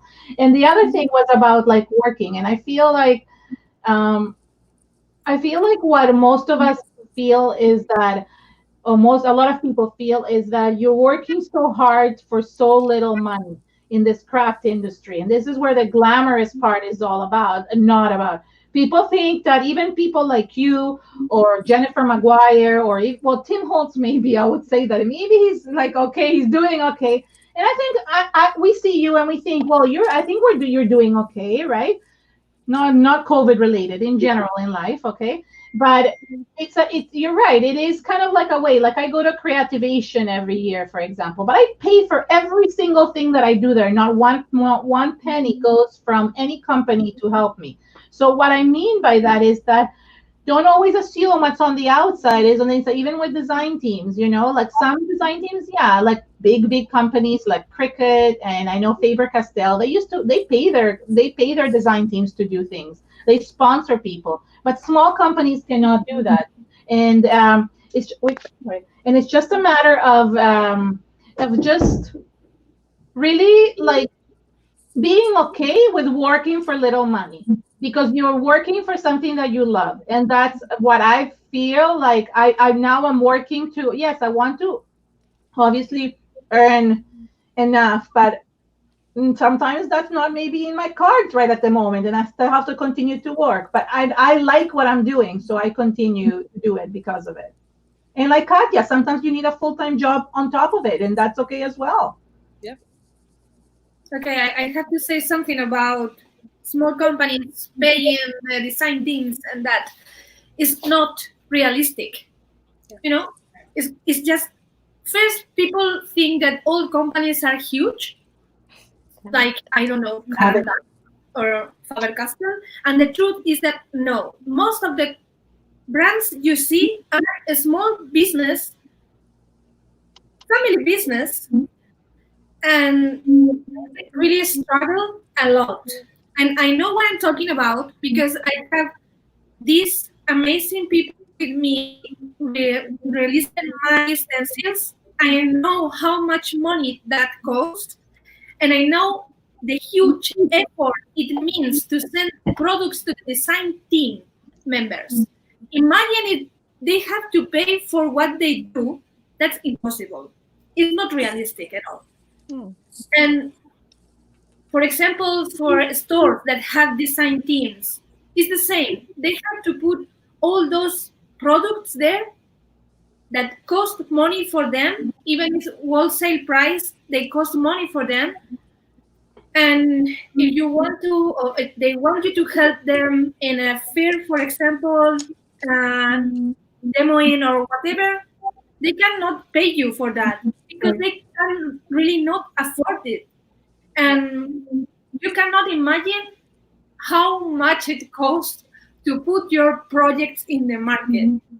Is, you know, my brain explodes when I think about it. It's just like a miracle that you can put something in the market. So to get paid for your projects, to me, is not realistic. I think maybe for some people it's not enough to be paid in products, but this is how it works. And if you accept it when you apply, then you cannot complain about it because you accept it. Yeah, if you feel this is not for you, you should not apply. If you feel that your path is to get paid for your artistic efforts, that means you should be doing something slightly different. Maybe you can find outlet for yourself that's going to be creating classes for people. Maybe this is going to be something when you are selling your art, or you are a professional artist giving exhibitions and so on. Maybe you're just a regular smaller crafter selling on the local markets. But this, apparently, design team jobs are not what is created for you. I think there's a niche for everybody, and there's niche for people who want to do design team jobs. And when I was doing my design team jobs, in the very beginning, I had my full-time job at the same time. I was working 9 to 5, or usually I was working crazy hours anyway.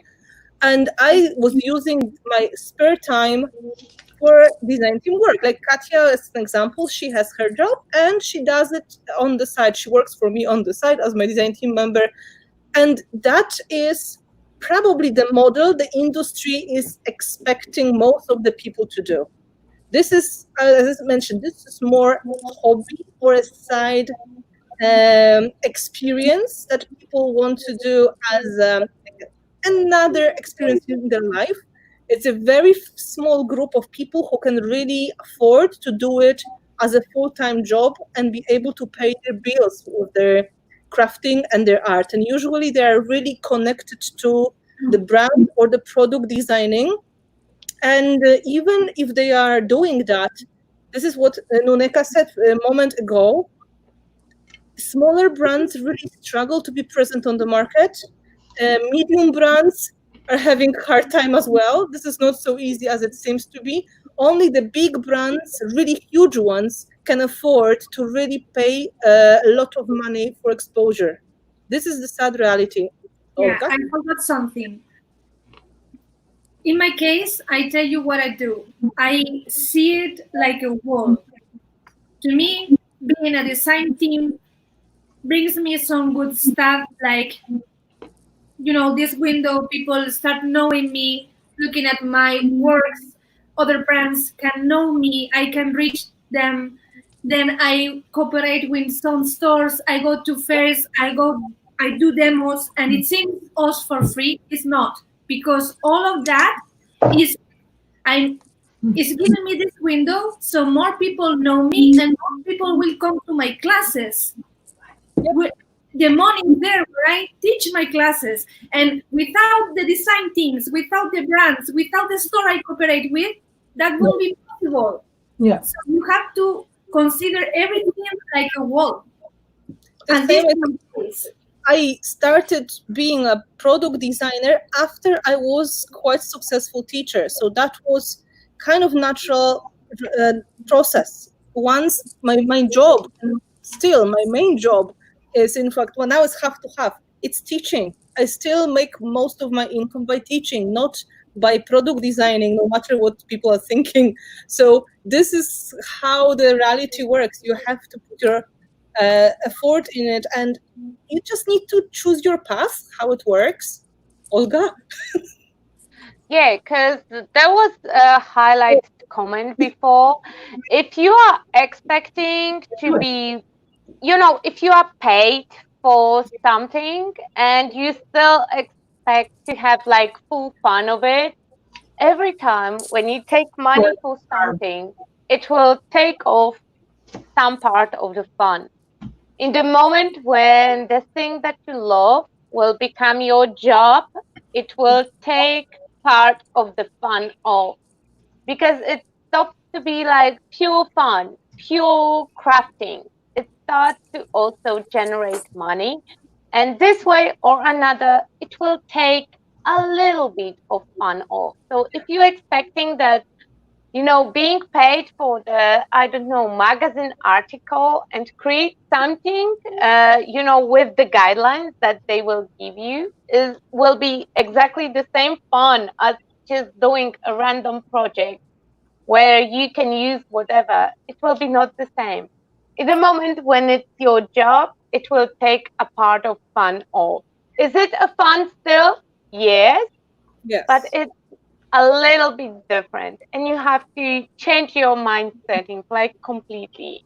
And in fact, the more you have, because now I'm in the point when I'm just not responsible for paying for my own bills and my family bills, but I manage a group of people, so I have to make sure they're all going to be supplied. So I have to make sure I have enough of the resources to give that to people. And the more you grow, the more money you have to spend on other resources as well. So I have to get somebody who's going to help me with my job.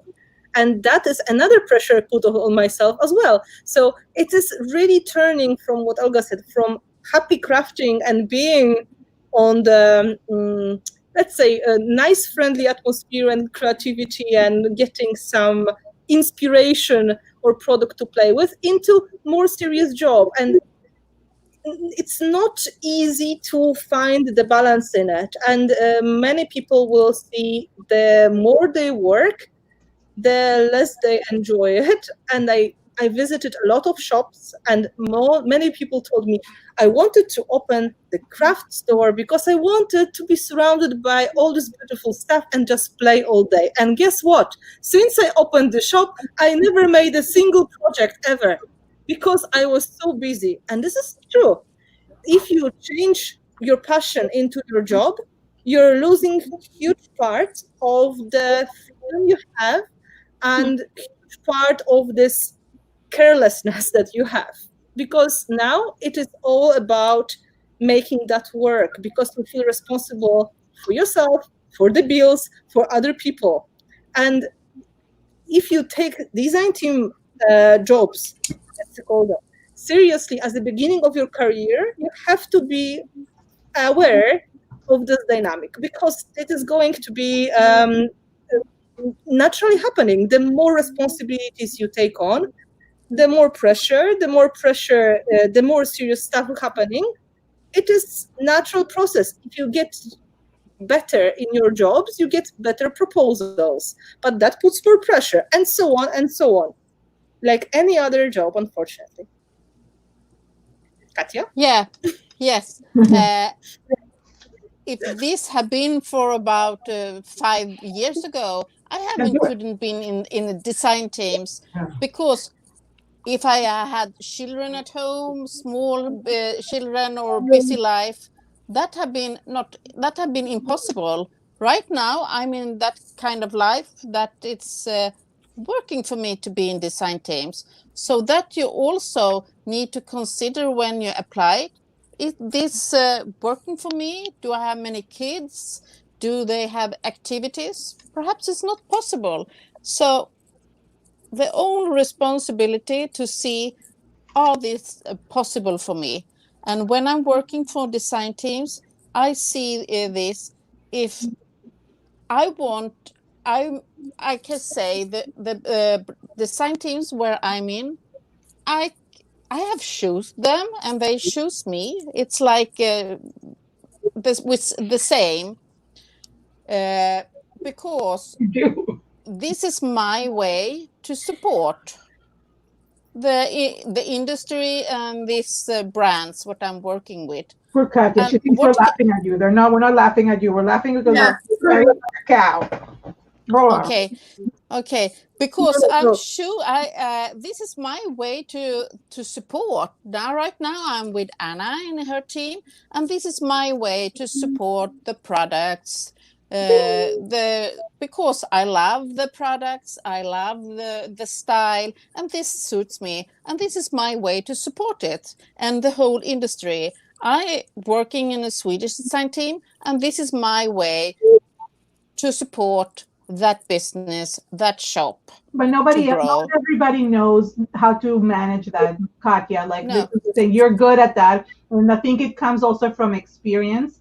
And I feel like those of us who are like have been either a long time or older, whichever one came first, right? You could have started at 15 and still you're not older, but you've been, let's say, 10 years.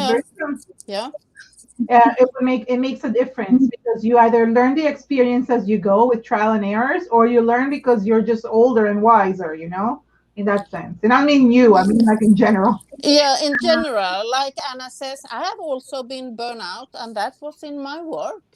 I'm still working full-time work, and also here I'm designing and also having workshops in Sweden, and that's very busy to cooperate all that, and you need to do plans and really think if it's worth it. Can you make it? Because still my work, it pays the bills, not this, but it's a hobby. Right, but that's your 100%. You know, we were talking back to 100%. That's your 100%, and you can do that. If I had to do what you're doing, I don't think I could. I would burn out completely. No. Because I used to work full time before and do a little bit of crafting on the side, or whatever, and it burned me physically. Like my physical health got it really made me sick. So I learned how to balance what I could, and I was lucky enough that I didn't have to do this for a living. Now I want to do it for a living, but not because it's like, oh, I don't have food to put on the table, but because I feel like it gives me satisfaction, and that's another thing. Then what does this mean about slaves? I don't understand why we're talking. I tell you. Okay, Ibak said, if you want your business to grow, you have to pay for it. You can keep slaves. I don't know who sold the idea that design team members are slaves, because we are not. You know what you are saying when you sign, you are accepting a deal with that brand or that company or that store. So you are not a slave. You have a deal, and When you sign, you feel it's fair. If you don't think it's fair, don't sign for it. I have been in many design teams in the last 3 years, and none of them treat me like a slave. That is, because you know, that's the easy thing. If you feel underappreciated, if you feel like a slave, that means you picked the wrong team. Look at Katia. She has like real job. She's a member of at least few design teams. She also teaches the classes, and she's doing the free content at least every Saturday with us. She's doing the hub. Nobody is paying for that hub. Honestly, it's, you know, it's just for fun. It's just for fun and giggles. Yeah. And she's also joining every single chat that we have. And she also runs her household and the family. So it's just up for you. What do you think that is a slave work and what is the cool work? It's up to you. If you feel like a slave, that means you are in the wrong design team. Honestly, or you have too many. No, I think she mentions that she's not a native English speaker. So she's trying to find the words. And maybe, I don't know if using the word slave is the word lost in translation. But I don't think slave is the right word, because any of us here doing so many things never feel like that at all. It's our personal choice. Being lost in translation. Name is I will still keep it up. If you feel underappreciated and you think that you don't get enough for the things that you put out there, that means you picked the wrong design team, or you are like me, not a design team person, because I'm not able to achieve all the goals that design team requires. Or maybe so being a member is not for me. I'm good brand ambassador. I'm the good, I don't know, YouTuber or this kind of person, but not a perfect design team member. Sorry, it's just not for me. Okay, and there's another comment here. DT members get free products that cost money to ship as well. So to me, it is a fair trade. Yeah, I will point again that they are not free products. They are how brands pay us. So it's not free. They pay you for a work with products. To me, it's different, you know? Like they are not. The brand is not sending me the products to play with them in my own and do whatever I want. No, it's the payment for my job. Yeah, it's a good explanation. You know, if you feel that the exchange is fair, that you are giving enough for the things that you get, that means you pick the perfect team and you are a good design team member. If you feel underpaid, underappreciated, unhappy, but you still receive the parcels, that means you picked the wrong team. That is really easy. Because if it shows well, it will work perfectly for both sides.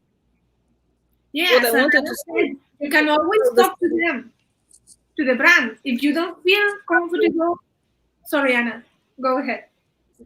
Yeah, mentioning the matter of feeling unappreciated, we said that before, feeling that you are a slave, that was maybe the bad word. You have all the right to say goodbye. And of course, there is a contract. And you may feel that you are obliged to follow because that is what contracts are for. But there is no way the brand is going to force you to do the things you don't want to do. Like how? Are they going to come knock on your door and say, now, you're going to create for us because, yes, Antonis, we are going to kill you? No, this is not right. It's not going to happen. People have the contract to make things clear and you accept it. Make, fair trade. You see what you sign for and they can see what you accept, what you obliged to do. Perfect, fair trade. But if one of the sides sees does not work anymore, you have all the rights to step away and say, sorry, I can't take it anymore. We agreed for something else. And I would just say, if you feel like you are in misery, and this was the whole story here, if it's a nightmare, if it's something that you were not expecting at all, there are two things to check. One is, what were your expectations? And be honest with yourself if you were having right expectations about the things, or is there everything working properly in that team, what Olga said? Is it maybe you not enjoy it anymore because something changed in you? Maybe you change your style, you change your interest, you're completely on different path. You discovered you're going to be master chef now, and you don't really feel like doing any kind of die cutting anymore, for example, and you're just struggling and waiting for the end of the term. And it's absolutely okay to say, listen, I don't think it's going to work anymore. I can see I don't put heart in it. You probably see the projects are not going to be as good. How do you feel about saying goodbye? And usually there's always a deal to make. Like, they will say, yes, okay, we respect your decision, but please, this is going to be what is happening from our side. Of course, if it's happening 2 weeks after you get the box, you probably will be asked to bring the product back to the company, because it's huge investment. For some of the companies, it's huge investment. It's a lot of money. So they will be able to send that box to somebody who's going to take your place. And this is nothing strange about that. If they put hundreds of dollars in the box, they want that to be invested in the right person. And if this is happening later on, when you already did a lot of your commitments, they're probably just going to say, well, we are expecting you to do this and that. And to say goodbye in a polite way. Nobody is going to keep gun, next to your head saying, we expect you to finish this year, unless we are going to shame you in public. You have to make this and that. These things, they don't happen. They all want to have nice experience. And in the trend in the last years, and I think you see it, is to keep community as drama-free as possible. Yeah. But you need to know something, that companies, they talk to each other, If you don't do your part of the deal, you will gain some reputation. That is the word, reputation? Yes. Yes. But it works, both ways. If you see you will the company that designers are just doing their term, then never reach for the product again, then you could guess that it wasn't the perfect deal and something went wrong. Yes. You would be surprised how many of people know each other, like especially between the brands. We really know each other, sometimes in person. And this is kind of interesting when we talk to each other behind the scenes, and we can exchange information, what happened and who was in fact good choice or bad choice. In fact, it's not surprising that you may go after, for example, design team call to your friend from other brand and ask, listen, I had that Katya applying to my job. What do you think about Katya? Is she a good team member? Does she do good job? Is she nice and friendly? And if you have good reputation, this is what Nuneka said, you are going to go with great references to the next team. And that works also the other way. If Katya would be saying, don't go to Finavar, she is just a troublemaker. She has unrealistic expectations and make you work night and day and give you just one pack of glitter and microbeads. And she expects you to spend tons of your money on everything and say nothing except you would not work enough. Would you go to that design team? Of course not, right? We all are together in this part, we know each other. I can ask Karen because we know each other. I can ask Olga, Nuneka. I can ask owners of the other brands because we know each other, and we do ask each other as the same way as you have your friends other, the team members, and you talk to each other as well, and this is natural. Yeah, we just know things. Yeah, because it's not like we all have to be friends, but if you ask like 5 people about someone, and all 4 of them will say that keep away from that person, that's the warning sign. Okay, Karen. No, I was going to say that actually it's true, because I've actually been approached with companies that I worked for many years. I don't want to mention, but you already know who it is. But they actually asked me, what do you think of this person? How are they on other teams? Do you know them from Facebook? Have they quit? Have they this?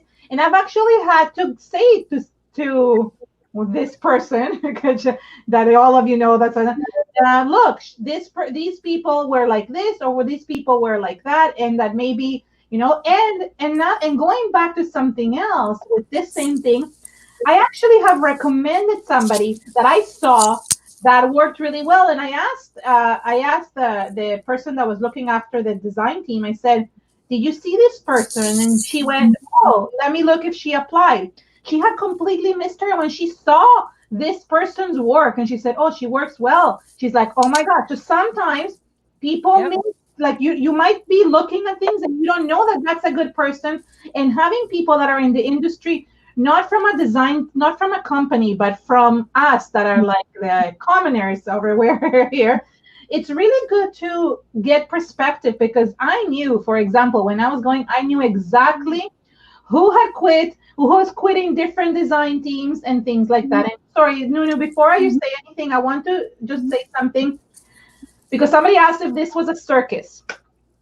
And I personally feel that the reason why we're doing this is not to create any type of drama, but I feel like these questions have been asked over and over and over and again. And we want to have people, almost like a panel, give it from all different perspectives, because you can't just take one perspective and then people either get encouraged or discouraged because of that perspective. You really need to very funny, Tiffany. You really need to just have a full perspective and then make the decision according to that. And that's what I really feel is really key. Off to you. Yeah, because people, okay, it's not a circle. One second.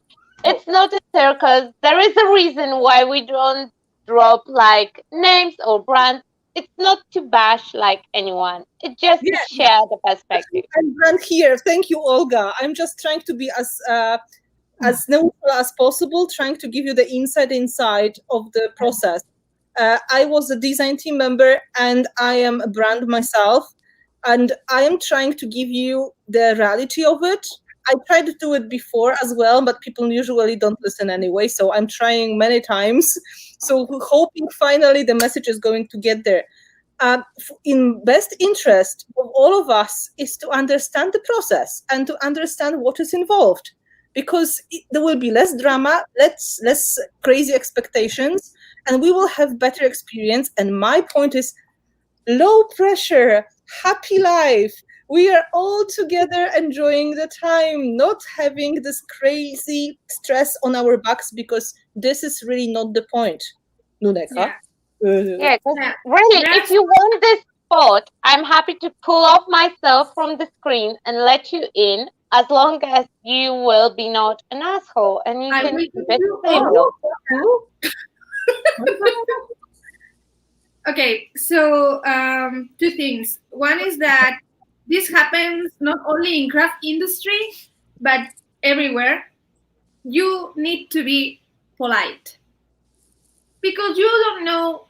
First, because you should be polite, and then because you don't know who knows who, And sometimes we forget that there is a person behind the screen, and if you have a problem with the team you are in, or the brand, or anything, you should talk to them, because sometimes it's just lack of time, what is happening there, miscommunication because you don't speak the same language, or I don't know, it can be many things, the personal life, and you feel like they are not paying you enough attention, and it's not that they don't worry about you. I don't agree with Anthony when he said that brands don't care about the designers. That to me is not true. I think they care. They appreciate our works, our efforts, and it happened to me sometimes that I feel a little left alone, and it was just some kind of miscommunication there. I just asked, hey, I'm doing something wrong. What is going on? And maybe it's just the brand owner was busy trying to bring new stuff, or they have family issues, or we don't know. So be kind, be polite, and be grateful, because they are giving you a nice opportunity to cooperate, to collaborate, to do something together. And I feel many times we forget that. And both parts sometimes are not grateful enough for what they have. I just want to say I have to leave at the moment because I have responsibilities, and I wanted to thank you all for coming and joining. And if you want to know a little bit more, you are more than welcome to ask questions later. We will probably try to look through them. I was not planning on coming here, but there was... But then after I thought about it, I decided, okay, I think maybe I should be involved in that conversation, because I'm able to tell you things from both sides of the, both sides of the wall, because I was in both situations and I'm still there. So if you don't agree with me, and if you still feel that this is doesn't make sense, it's beautiful not to agree. You have your ways, I have my experience. I am trying to make it easy for everybody, including myself. And this that's the point. We try to play fair, we try to make it clear. And if you are not able to find yourself in this reality, you have to create your own way. You have to create your own reality. You have to find your own path, because you don't have to follow the herd, as you know, and you have your own ways of finding things. So I will say goodbye, and you know where to find me, I'm sure. And just in case, if you're wondering what is going on as well, I just remind you, we just opened design team call for my team as well. So I'm not recommending, like, you know, you should apply, but just saying, I know some people are interested in that, and you were waiting. So Katia is from you. Secret how it was. Katia will tell you. She's the one who is on my team, and she knows me in person as well, so she knows how the things go. We have our ways of doing things, hopefully acceptable. Yes, thank you so much, Anna, for joining. And if you are thinking of applying for Finabar team, please check the videos we link in the description box. You go to Anna's channel and you will know what she's looking for. Yes, please read the requirements. Read the information, what we want from people, which means what you need to send in, and what kind of information, and which email, and when is the deadline. Thank you, Anna. Anna, thank you so much. Yeah. Okay. Okay, I think I'm also going to, I think I'm going to leave as well, because I haven't eaten all day. Those apples were like my first thing that I ate today. So I didn't realize it was going to go for 4.5 hours. So yeah, we didn't realize that as well. My family also demanded a meal, but I'm just ignoring them. So I love you guys all, and I really want to encourage. I really feel that you should do what you love, and you should be encouraged to have the confidence to apply to design teams, to be creative, to do work, to do anything you want. As long as you don't, just always kind of not follow the rules, but just kind of see what's good for you, because not everything that you want is good for you. You can't always get what you want, but sometimes you get what you need, and that might be good enough, right? Just always think of that. That's true. And, you know, from my point of view, from the person who is not in any design team currently, I would say that they are really good for you until they're not. And you will feel it. And you You will know it. You just feel it. When the design Yeah. team is working for you, you will feel it. When it doesn't, you will also feel it. If you feel tired and forced and underappreciated, it's a bad choice. Just say it. Just be honest. Just say, it doesn't work for me. I want out. Sometimes it's easy way out, sometimes it's not. Just don't But ruin it for other people. I feel like it's okay to say that it's not enough. It's not enough for me, but it doesn't mean it's not good for somebody else. People like Katya, people like Lynette, people that have been on design teams and it's their hobby and they love doing it.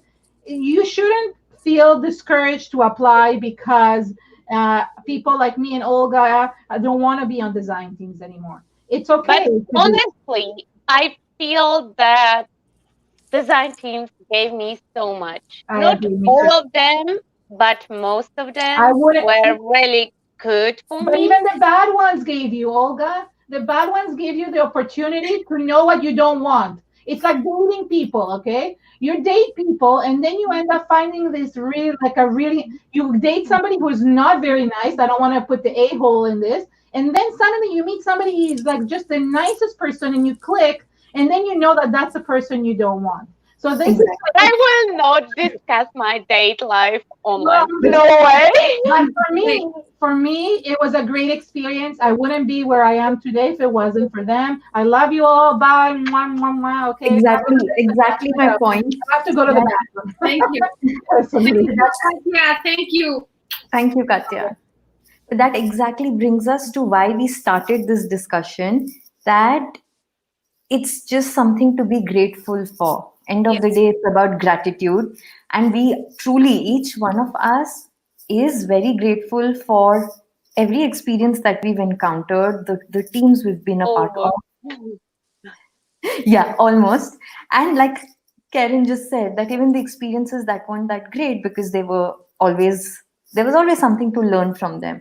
So I think, yeah, end of the day, it just brings us back to why we even started the discussion in the first place. It was to show our gratitude to every single team, because I think somewhere down the line in our journey of creativity, every team has contributed in some way or the other. Yeah. I just want to say thank you all for joining us today in the screen, in the chat. Thank you to all of those that will be watching this later. And yes, this is all about being grateful, not only because we have products and we have visibility, and no, it's because we learn lessons, like we grow as an artist, we learn how to use something like improving in videos or in photography or in blogs. We learn life lessons, like we learn to say no, we learn to set limits, and that's it. That is life, and we have to be grateful for that. And yeah, there are bad things, but you have to see if the good things are heavier or not. To me, they are. I'm very grateful for all my design teams I've been and I am. And I'm super grateful for all the gorgeous ladies I met, like these three that are amazing. Yes. Yeah. I want to say thank you for me letting part in this stream. And like everybody else said, I'm very happy. I wouldn't be here if it hadn't been for all the experience for the design teams. And the summary is, you must find out what works for you. So easy is that. It's different for everybody what's working for you. So I say for someone it works fine, and for someone, and it can change over time. You never know what's happening after 1 or 2 years for me. Perhaps it doesn't work for me or something like that, because the life situation decide for me how my work, my private life, what my family lives goes, decide for me what's working. Right now it's working fine, but you never know about the future. And so you must be true to yourself, I say always. Yes, thank you, Katya, for helping in. Yeah, Because yeah. in my opinion, you are a great example how well you can make it work for yourself, because you have been a member of a lot of design teams together with me, and I saw that it can work great for people as long as you pick the good team. That's the, Yeah. like the final line. Pick the team that you want to be in. Yes. Not Choose apply to every single Yeah. team, because Yeah. that will not work. And if you are in 20 design teams, then don't expect them all to work out for you at once. No. Exactly. So I say with this word, I say thank you. Thank you. Thank Thank you you, so Katya. much. Thank you. Okay, guys. Yes. I have to go to. It's almost Yeah. 4 hours and a half. This is crazy. Thank you so much. Thank you so much. Yeah, Thank and you. I think that for all the other questions, because you had a lot of questions regarding the industry, but not necessarily design team related anyway. No, but, We you will know- make another meeting and we will try to bring as many artists as it's possible. And if any of you have still questions or things to share, just do it in the comment section. I would like you to keep it civil. Okay. At some point, because again, it's not to bash anyone. All opinions matters, and you are allowed to have your opinion as long as it's not like bashing any brand or person, because we all have different experiences, and they are all value exactly the same. My dinner is here. I had to go. Okay, so let's Nunu, can you end it? Because I'm afraid that I will break it. Yes. So thank you so much, guys, again. Thank you for joining us today. We will be making another open mic very soon because we love to chat with you. See you guys. Bye. Bye. Bye.